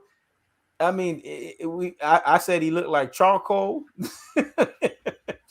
He looked like they ran over his ass, and he just took his profile pic off. And he was like, "But you don't talk about my profile pic." You could tell it took him 3,000 tries in that profile pic to get to that position. That means if that profile pic was that bad, then 2,999 tries before that, they were worse. I would have loved to see what those other profile pics were like, because he was very proud of it. with them dookie fucking braids and that big ass bald spot right in the middle. I mean, it was embarrassing. It was. We told him, you know what, you should not have a profile pic. And look, he took our advice, and now it says J. I'm glad you took our fucking advice, man. I'm glad you did. Now let's get on to the next topic. This is the thing. You come on this platform, you get roasted. You might as well just shut your face and go right back into that hole you crawled out of. Now let's get on to the next topic, man, because we got to talk about this, Richie Rich. This is very important. Please explain to the basketball world the difference and the reason why when Michael Jordan and Kobe Bryant played, there was ultimate fear when those guys played. Please explain what fear looks like from those guys. Why basketball players respect them. Why basketball players want to go to their schools of studies and thoughts. And why LeBron James has never been respected by his peers. And why we have a situation where LeBron James has a losing record against Dirk Nowitzki, a losing record against Tim Duncan, a losing record against Kevin Durant. Please explain that to me. I mean, it's clear as day why those guys were feared. It's the mentality that they brought to the court, man. You know what I'm saying? The mentality of wanting to win, man, not waste their time, in the game of basketball. Yep. They had a serious for the game, a seriousness for the game. The way they approached the game, practice, it was serious. And these guys, they didn't just want to master one craft at something. They wanted to master all types of crafts. And, offensively, they wanted to guard the best player on the floor. They wanted to go after everything. Yep. This is what the difference from an ultimate competitor is to a guy that's just out there. Kobe Bryant, Michael Jordan, man, they were the ultimate competitors, man, and these are guys that were not scared of the moment. Exactly. To be a player on that level, you can't be scared of the moment. Facts. You can't be a guy that wants to pass up the ball when you have to be the guy that has to hit the shot. It's just how it is. You got to be the one that has the cojones to be able to hit the big time shot, or be the guy to be able to take the blame if you don't win. Those guys didn't shy away from the media when they had to take the blame as well. They said, "Hey, I didn't get it done." That's what made Jordan has a commercial, and where he talks about he failed more than he's won. The guy wasn't scared of failure. That's one of the main reasons why they were feared. They weren't scared of failure. They know failure is a possibility, but they also know that to overcome that failure, you have to take that chance. Yep. You have to take that chance, even though failure lays on the horizon. You have to take that chance. There's an opportunity to overcome that failure. If you don't take the opportunity, you won't know if you ever will overcome the failure. That's what their whole approach to the game was. And these guys were just serious workers, man. You always would hear about their workout regimen. They were on a different level. You heard when Kobe Bryant went to the Olympics, and the Team USA had to win this gold medal because they had a poor showing in the previous Olympic showings. And who led that poor showing? We need LeBron was LeBron on those thoughts to know this. teams. Dwayne Wade was on those teams. Carmelo Anthony was on those teams. But who was the ringleader of the poor showings? LeBron James. Thank you. Those guys were on those teams, and they were begging Kobe Bryant to be on this next team.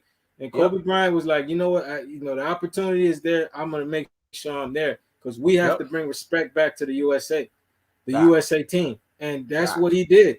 When he went over there, those guys saw how Kobe was working. They was like, damn, man. Then all those guys picked up on the stuff that Kobe was doing. His workout. Normally, that guy's Kobe's probably private. Only his teammates know how he works out, how he trains, because they're around him when he was playing on the Lakers. But now this was an opportunity for these outside players to see how Kobe really trains, how he approaches the game. And you saw how these guys came back different when they all came back from China, so it was just different with those guys, man. Like people knew those guys were special because they just looked at the game differently, man. They wanted Fact. to win, man. They understand that winning and winning and winning, man, that separates you from everybody. If Exactly. you Woof. you can't be a second place loser. Nope. You got to be a winner. You can't be a Exactly. participation award winner. You got to be a winner. That's what they knew, that winning, there was an importance to winning. If you Yep. winning, everything comes at you. That's what it's Yep. about. Yep. And you got to work for it. You can't just show up. You got to really work for it. These guys dominated their crafts. They were Yep. masters at their crafts. When we look Yep. at LeBron James, can you say he's a master at his craft? Nope. He's LeBron not a has master nothing at memorable. He has nothing yeah, special that you remember him for. Nothing. nothing. When guys are if Ben Simmons was to go up on them, what would he learn from LeBron? Maybe he might learn how to pass the ball better. But what else does LeBron do that makes you want to learn from him? I Yep. remember Nike. They were showing a few years ago. I don't know if he knows about this. Nike was showing these videos of signature moves from some of the best NBA players. I remember they were showing videos from Yep. Kobe. Come They on, were showing man. videos from Manu Ginobili. Steve They were showing Nash, all those videos from guys. Come Steve on now. Nash, Tony Parker. You saw their craft and move. They had one video from LeBron James. It was some of the most basic ass moves I've ever seen. I was Yep. like, what? How you That gonna shit was learn anything garbage. from this guy? Yep. I'm looking at Kobe's move. It's like night and day. Oh, LeBron James does a dunk. Oh, LeBron James does a single shot. I'm like, what is this? You see Kobe doing the three step move. He's in the 3-step moves. He's in the post move. It's Yep. showing all variations of different of Kobe's Yep. moves. And Yep. damn man, this look. If you're someone that's just coming to basketball, and you're damn, this is kind of complex what Kobe's doing out here. You don't Yep. really know the game, like, and you're looking at LeBron James' signature moves. This is some It's basic ass garbage. crap. What's Nike trying to Garbage. sell us on this crap? Crab fucking dribble. What the fuck is a crab dribble? I was like, man, What the fuck is a crab dribble? they should have had LeBron on them signature moves, man. Because even Ginobili, you saw how he was doing his Euro step, how he mastered that craft of that Euro step. I'm like, damn, these videos are fire. But they brought in LeBron James. I'm like, man, this is some of the most basic stuff I've ever. They even had Ricky Rubio in there with his passes and some of his other plays. I'm like, man, LeBron has some of the most basic stuff. How you gonna sell these on signature moves? You can go to the court yourself and pull off the stuff that he did. These are not signature moves. Come on, man. I don't know what Nike was on that day. They was on some BS that day.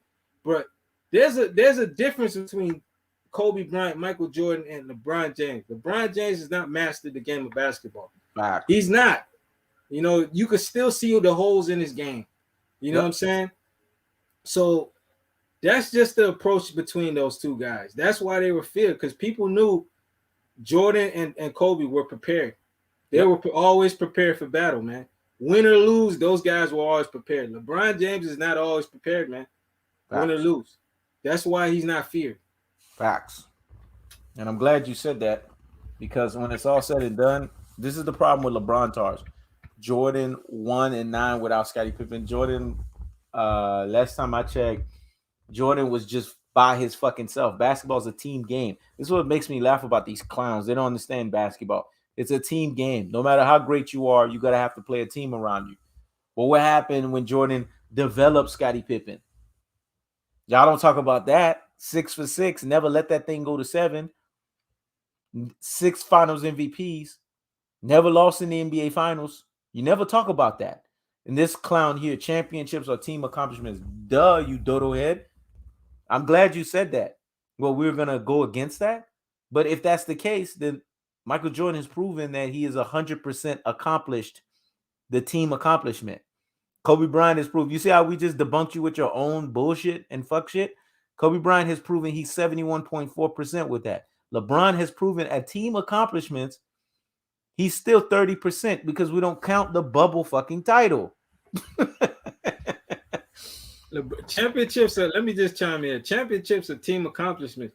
Jordan proved that he was a strong leader. You saw he had a strong ego about himself. You know, Jordan Exactly. was a, you know, there was just, you saw it in the Last Dance. People that wasn't aware of how Jordan was, you just saw Yep. it. He had a strong presence about Yep. himself. LeBron James, what he's proven, he could win with stacked rosters. We don't know Yep. if he truly is a strong leader out there. Yep. Anybody could win when you are an all-star level player and you are teamed up with two other all-stars. You could win if you Exactly. guys mesh well. You could win. It don't mean that you a true leader. Yep.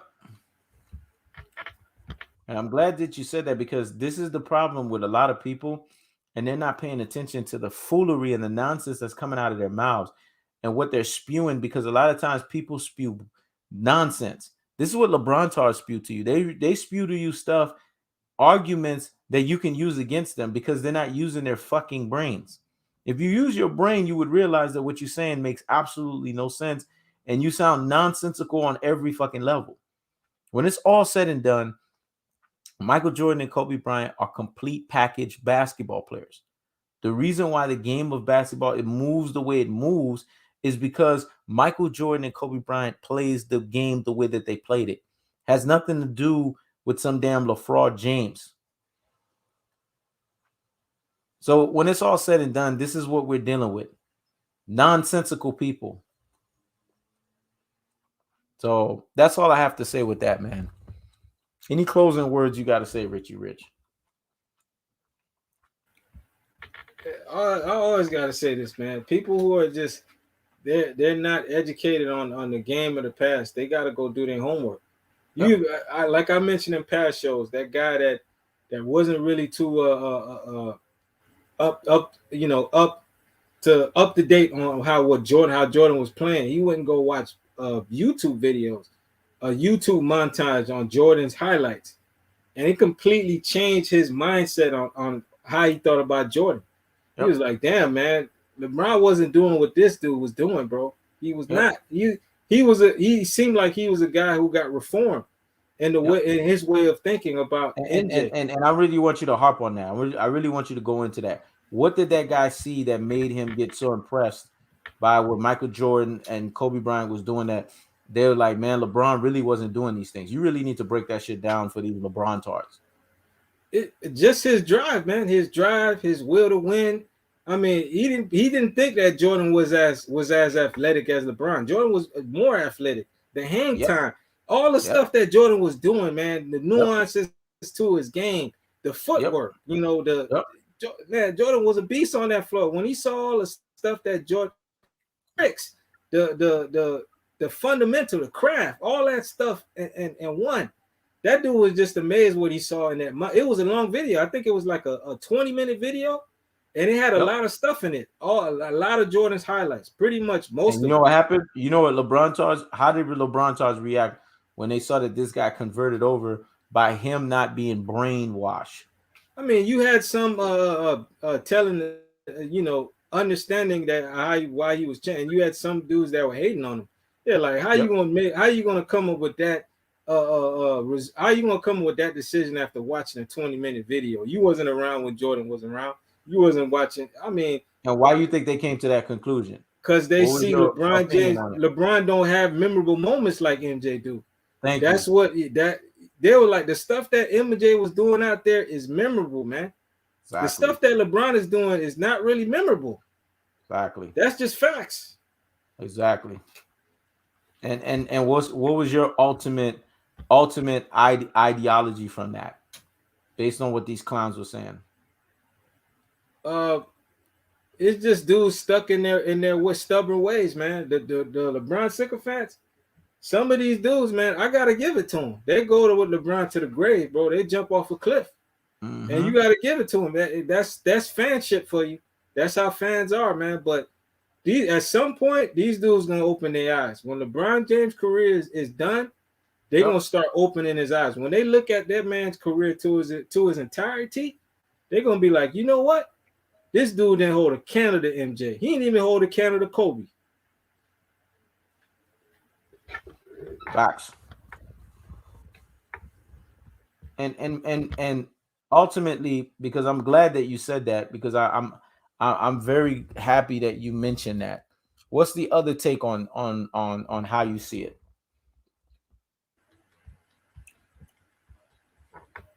The other take on what? Elaborate on that. Me elaborate on it, meaning like, what's your takeaway that this guy was able to process his brain and convert his mind over to greatness? What made him do that? It was the conviction, was it just the Oh, fact that, you know he what, I saw greatness, and LeBron's great. LeBron is supposedly protruding as greatness is nothing like that. he said. I mean, he said he saw Kobe. He thought Kobe. He thought LeBron was up there with Kobe. Him and Kobe were like 1A or 1B or at the same level. But he Mm-hmm. never seen anyone do it at a higher level. And when Yep. he saw that montage from MJ, he's like, damn, this guy's above them both. He's doing it at a higher level. He was doing it at a higher level back then. Yep. He was dominating his peers at a higher level. Yep. You know, And what was his causation on him saying that he dominated his peers at the highest levels, at a higher level? I mean, he would always hear about, oh, Jordan won 6 championships and all that, and he would always downplay the greats that were playing in those days, or the stars that were Mm-hmm. playing in those stars. No, the Mm-hmm. stars that were playing in those days. But when he saw, he would watch other videos of what Patrick Ewing, Charles Barkley. That's the problem. He wasn't really knowledgeable about these other guys that they were playing in the league, Karl Malone's, and he I watched want you to say montage that again. videos. He wasn't that what about those other players? He wasn't that what? He wasn't knowledgeable. Okay. And do you think that not being knowledgeable about the history of the game and being not being knowledgeable about guys like Michael Jordan and Kobe Bryant impacts a lot of these LeBron tards minds? That's what it does. It impacts their minds because they're only paying attention at what's in front of them. They're not Mm-hmm. trying to see if there was something out there that was better. Exactly. We gotta always be open minded. Yep. You know what I'm saying? We gotta always be open minded. We gotta think outside the box. You can't just think Yep. that, okay, this thing is the best thing. Maybe somebody years ago did it at a better level. That has to be the mindset. And you gotta go Yep. search. You gotta go do research, man. Yep. Yep. I'm glad that you said that, man, because a lot of people don't do research. And what is the ultimate terminology that we say when a lot of people don't do research? People are destroyed for a lack of knowledge. Because Dow has rejected knowledge, knowledge will reject thee. And that's the problem. A lot of LeBron tards reject knowledge. They don't even understand knowledge. And that's why they've been put in the position that they've been put into. And see, what people got to understand is when we look at LeBron James and what he's made up of, nothing about this guy tells you that he's made up of being a winner. They tell you the Michael Jordan and Kobe Bryant game is wrong because you know why? We're in a participation award era where participants just need to show up to the party and they could win something. They're trying to do away with killer instinct. They're trying to do away with cold-blooded assassins mentality. They're trying to do away with guys that come on the court and they rip your hearts out by scoring relentlessly. They're trying to do away with that game.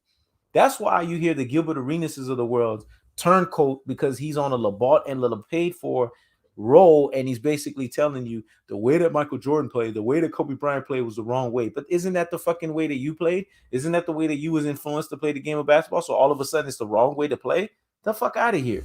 That way won 11 championships. So it's the wrong way to play? Or is it because it's just too hard? Remember Michael Jordan came out with a commercial and he said, you know, maybe I made this, maybe it's my fault. Maybe I made this too hard. But then he turned around and said, or maybe you fucking making excuses. Because that's what they're doing. They're making fucking excuses. That's really what it boils down to. So let's not sit here and act like what we've seen from Michael Jordan and Kobe Bryant is not greatness. It's pure fucking greatness. You got anything else you want to say, man, on what that guy did and how that broke down and explained and showed you if he is convertible, other people are convertible in the thought process of falling away from the LaFraud James way of seeing things and seeing things truthfully for the way that they should see it. Listen, from what I saw when I was watching that video, he went into that montage, that YouTube before he went to Mm-hmm. view that YouTube montage. He went in there Mm-hmm. with an open mind. So anybody that goes in there with an open mind, is willing to, change. If you Yep. don't go in there with an open mind, you're stubborn. You're not gonna take what you saw in, man. You're gonna continue being set in your ways.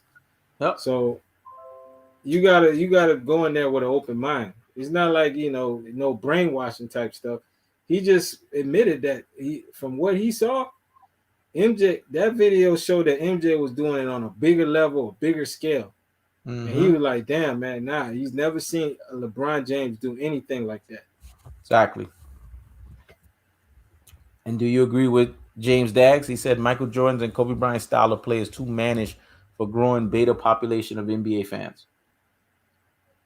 I agree. Oh, I agree 100%, man. Because you see Mm-hmm. what they're trying to do with the NBA, man. They're trying to counter these guys. Yep. And why do you feel that they're trying to do that? Uh, it could be a litany of things, man. It's just Adam Silver's way of the times have changed, the rules have changed. But I'm Mm-hmm. I'm glad they're starting to realize that they need to change this whole way of having guys go to the line 20 times, or try to manipulate the refs by throwing themselves a different way, getting calls.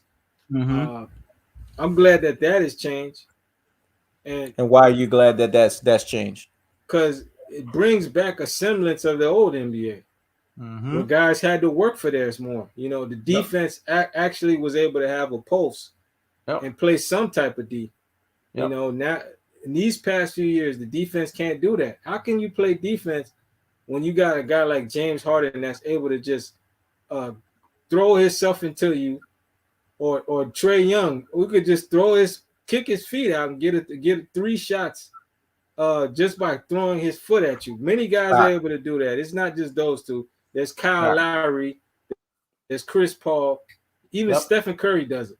A Yep. litany of guys. Even KD be doing it when he be throwing his hand, swiping his hand at you, and he get that Yep. call. It's a smart move, but I Yep. feel that it takes away from defenders. Defenders Facts. are not able to have an identity, man. When offensive players like that, especially dominant offensive players like that, it's like a cheat code for those guys. Mm-hmm. Mm-hmm. They're able to have all the advantage, and the And defender can't do nothing about it. So when that's taken away from them, the defense is able to have identity out there, yep. and that Yep. makes the game a lot more competitive and a lot more fun and a lot more watchable. Now James Dagg says something powerful here because we have to break it down. He said the game doesn't stay the same. Rules change, players change, and that has to be accounted for. James Dagg said the Michael Jordan and the Kobe Bryant style of play is too managed for grown beta population of NBA fans. And I like this one. It stems from a breakdown of the traditional family. See, James Dagg is giving you guys a bigger picture here. The reason why guys like me, the reason why guys like Richy Rich, the reason why guys like James Daggs, the reason why the guys like the Tom Rosses of the TVs of the world, the Rip B. Breezes of the world, the reason why we prescribe to the Michael Jordan and the Kobe Bryant way is because it's like having an active father in the home, a father role model in the home, a father personality, a father figure. When you have that, it makes you become a bustling, testosterone-filled male. But when you don't have that and you're a mama's boy, you become a LeBron fan. So this is even bigger than basketball. LeBron fans, if you notice with them, they have a tendency to be effeminate males, feminized versions of males, similitudes of males lacking the fullness thereof. They're not really full men product in front of you.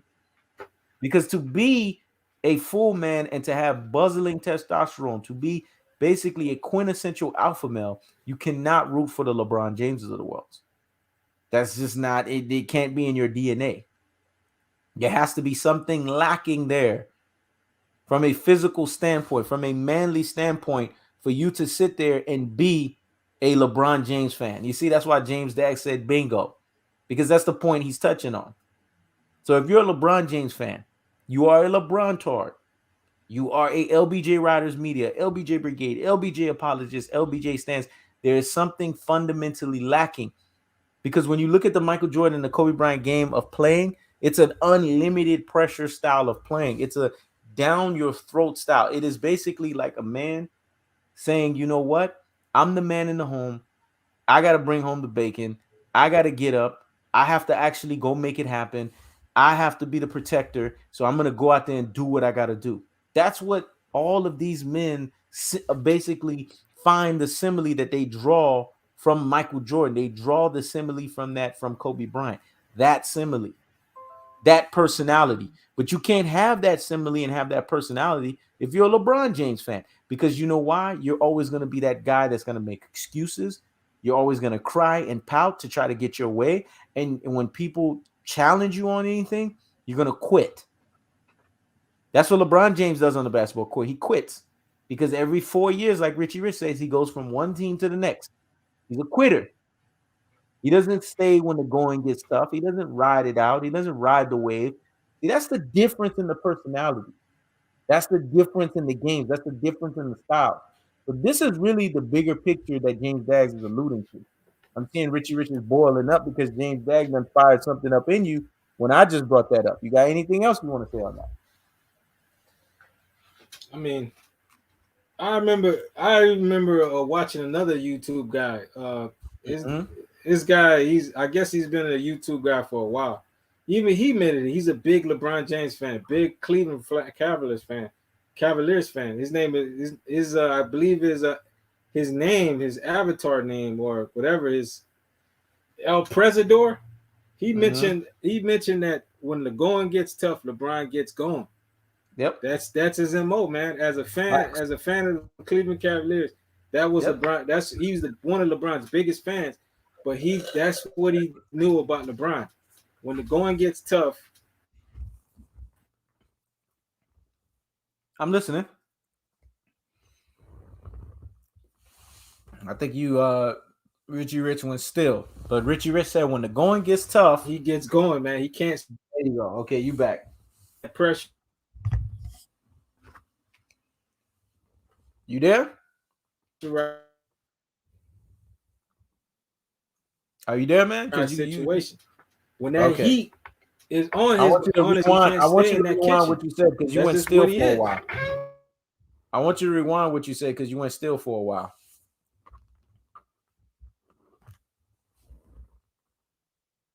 You heard me?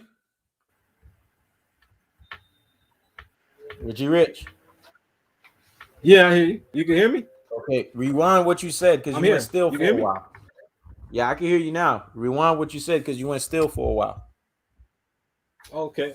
Yeah, I was talking about a big LeBron James fan, a guy that also has a YouTube channel. His name is El Presidor. Mm-hmm. And one of the things he's mentioned about LeBron is when LeBron, that's where I got it from watching his channels a few times back in the past. He was like, LeBron, when the going gets tough, LeBron gets going.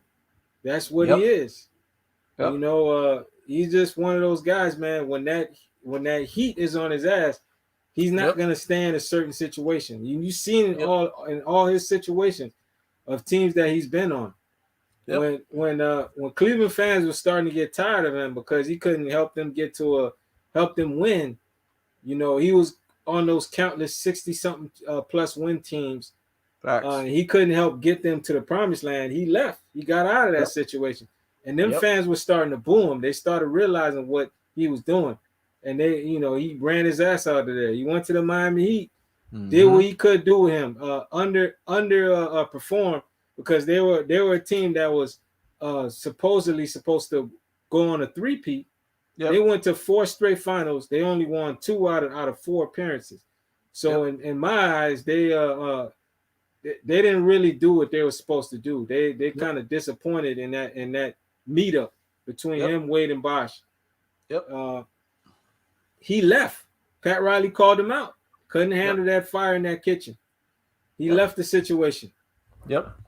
He went to the Cleveland Cavaliers. Waited till he was able to get. He had Kyrie there, and he colluded with Kevin Love, and told Kevin Love to sabotage the situation in Minnesota so he could get over to Cleveland. You know, LeBron's a schemer, man. You got to give it to that man. Exactly. But they got their chip. Maybe that thing was manufactured. Who knows? It just seemed weird how they was getting all these commercials and media attention. Got to bring one for the land. Some seemed funny there, but hey, we all know funny stuff happens in the NBA. Yep. They got an NBA championship. Yep. What he was able to get his 3-1 his moment in Cleveland.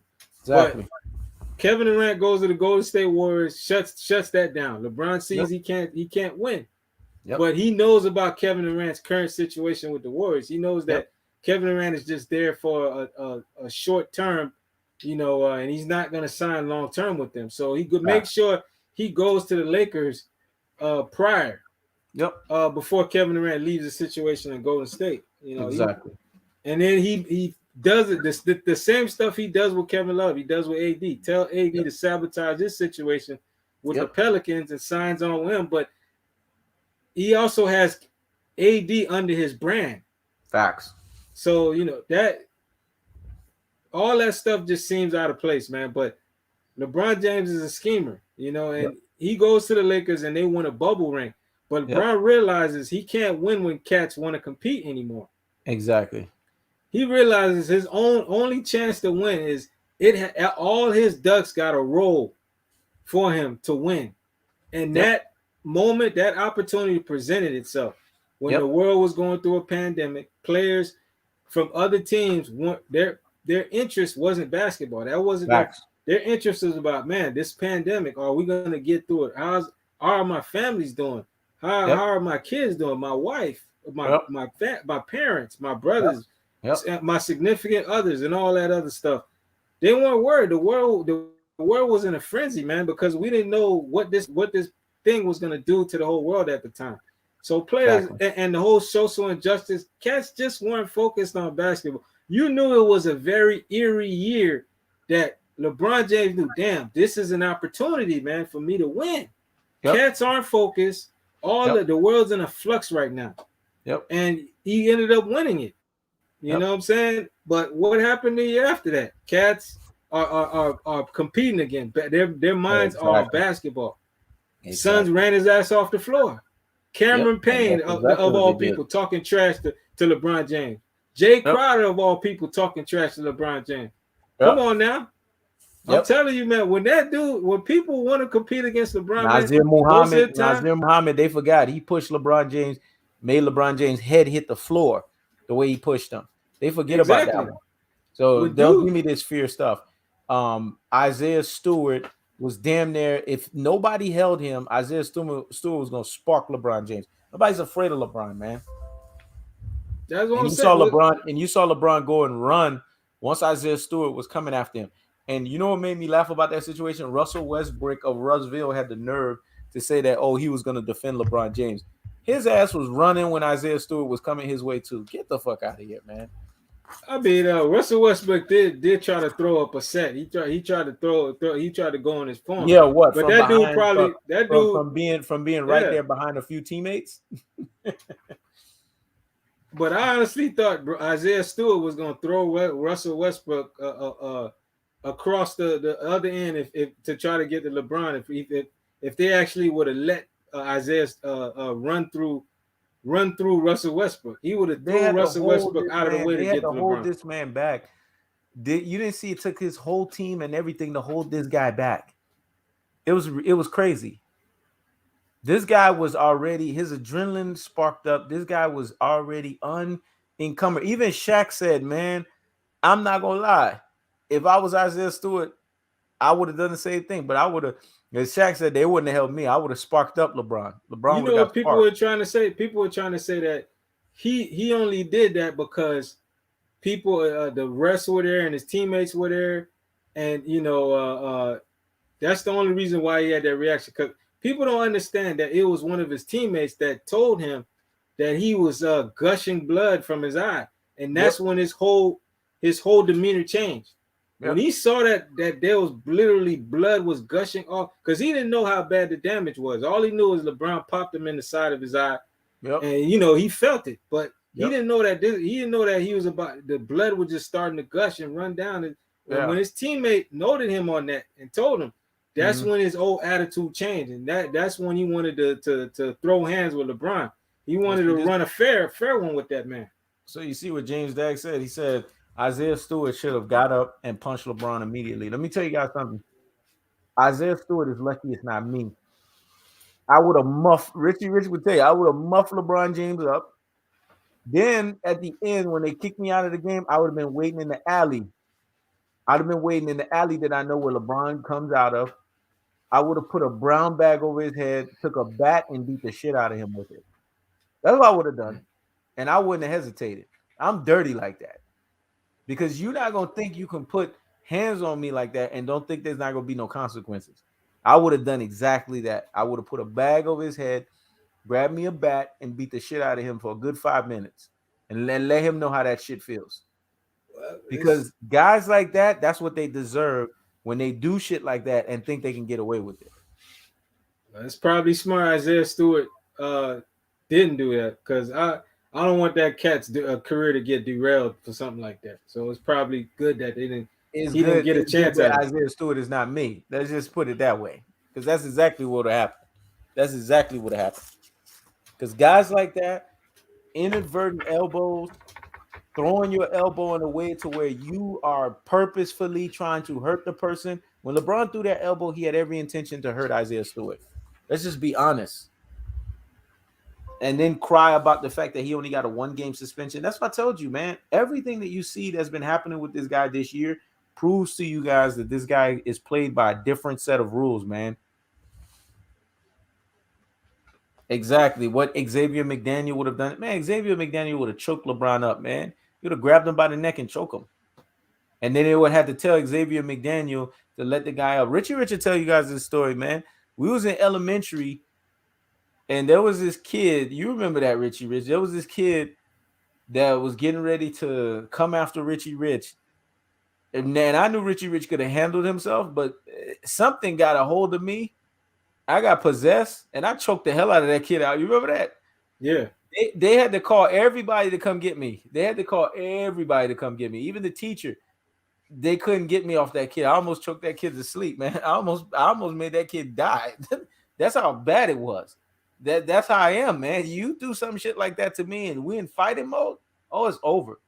So I know Isaiah Stewart, if I was Isaiah Stewart and something like that happened to me and somebody told me that, it would have been over. LeBron, LeBron would have been eating that canvas. If I was Isaiah Stewart size, shit, I wouldn't care if they suspended me for the rest. Because what's the worst they would have done, Isaiah? Suspend him for the rest of the year? He's still gonna collect the NBA check. LeBron's got to be the one to walk around game after game, knowing that he got his ass whooped, and team after team is going to remind him of that. Like, damn boy, that Isaiah Stewart, because that's what teams would do. Why he's shooting the free throw? Man, that motherfucker whooped your ass, boy. He got to go the rest of the year dealing with that. That's enough embarrassment in of itself. That motherfucker whooped your ass. That motherfucker beat the shit out of you. And what's LeBron gonna do? Try to start up another fight with something? No, he would have to eat that the rest of the damn year. That's what I would have done if I was Isaiah Stewart. Hey, listen, I'm not even considered on the high end of the totem pole. They're gonna give me what 1 year suspension? Oh, I'm beating the shit out of this motherfucker. I'm gonna beat the shit out of him. I'm gonna make sure that he thinks twice about throwing an elbow. He thinks twice about being a tough guy. He thinks twice about even doing anything that's gonna be remote to anything. And see, if Isaiah Stewart did that, the JJ Reddicks of the world, the Kendrick Perkins of the world, wouldn't be talking this nonsense about LeBron is feared. If anything, they'd be crying. Well, you see, man, you know, how does a player of that level get to hit LeBron James? And how does LeBron James, you know, they trying to mess up the man. That's what they would be talking. They were talking about the wrong song. They trying to mess up that the man's sound like Kendrick career. Perkins. Yeah, they trying to mess up the man's career. You know, they trying to screw the man over, man. You know, like he got kids to feed. They would have changed up the narrative. I'm telling you guys this. They wouldn't have been talking about LeBron is feared and all this other stuff. That's what they would have been talking about. He got his son, Bronny James. You know, LeBron's goal was to see his son while he's, you know, in the NBA, and this guy's just trying to ruin that. That's what they would try to make it a sympathy thing.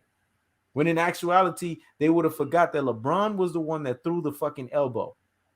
And what makes it worse is the fact that LeBron could sit there in front of a mic and say, That is bullshit. They should have fined his ass and suspended him even further for even thinking that it was nonsense that you even got a suspension in the first place.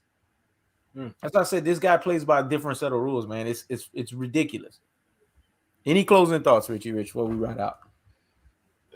Man, we pretty much touched up on everything, man. I feel like it was a great show. You know, we had some good feedback from Mm-hmm. all you in the comments, man. Yep, Uh, we did the damn thing today, man. that's it. All right, man. Richie Rich, appreciate you, man. Salute for you showing up and showing out. Everyone in the chat, man. Even if you was a LeBron tard, we appreciated you guys. Because at the end of the day, interaction, engagement is that's what it's all about. I mean, you guys took something away from this. You guys learned. If you was a LeBron tard, you understand that it's okay to go away from your LeBron tard ways and come into the light of the Michael Jordan and the Kobe Bryant way of basketball. So we taught you guys that. We showed you the difference from a lifestyle perspective of why that choice is the red pill versus you taking the blue pill. This is the Matrix. LeBron James is the blue pill. You want to live in the Matrix, you can live in the Matrix. But if you want to live outside of the Matrix, you want to take the red pill, then you're gonna have to take the Michael Jordan, Kobe Bryant red pill, and that is the red pill teaching you what the real game of basketball looks like, not that fake nonsense. So when it's all said and done, you guys be easy, you be real. Yes, we're going live for that. Those that are new to the platform, make sure you hit the subscription button, comment, like, and share. Make sure you donate to the platform, man. Cash App, Super Chat, whatever it could be. We gave you guys a hellified show, man. So make sure you guys donate to the platform, man. We'll be right back next week. We got some interesting topics next week. Richie Rich, we're gonna talk about the Phoenix Suns. We're gonna talk about how much improvement they've shown. We're gonna talk about the Golden State Warriors. People are sitting there saying that the Golden State Warriors are a team to beat. I still see that there's a holes with them, and I'm gonna mention why there are holes with them and why they can get exposed in the finals. We're gonna delve deep, and we're gonna talk about the Miami Heat next week, and we're also going to be talking about the Boston Celtics, man. Y'all be easy, y'all be real, y'all take care. Y'all have a great Sunday. Don't do anything I wouldn't do. Peace.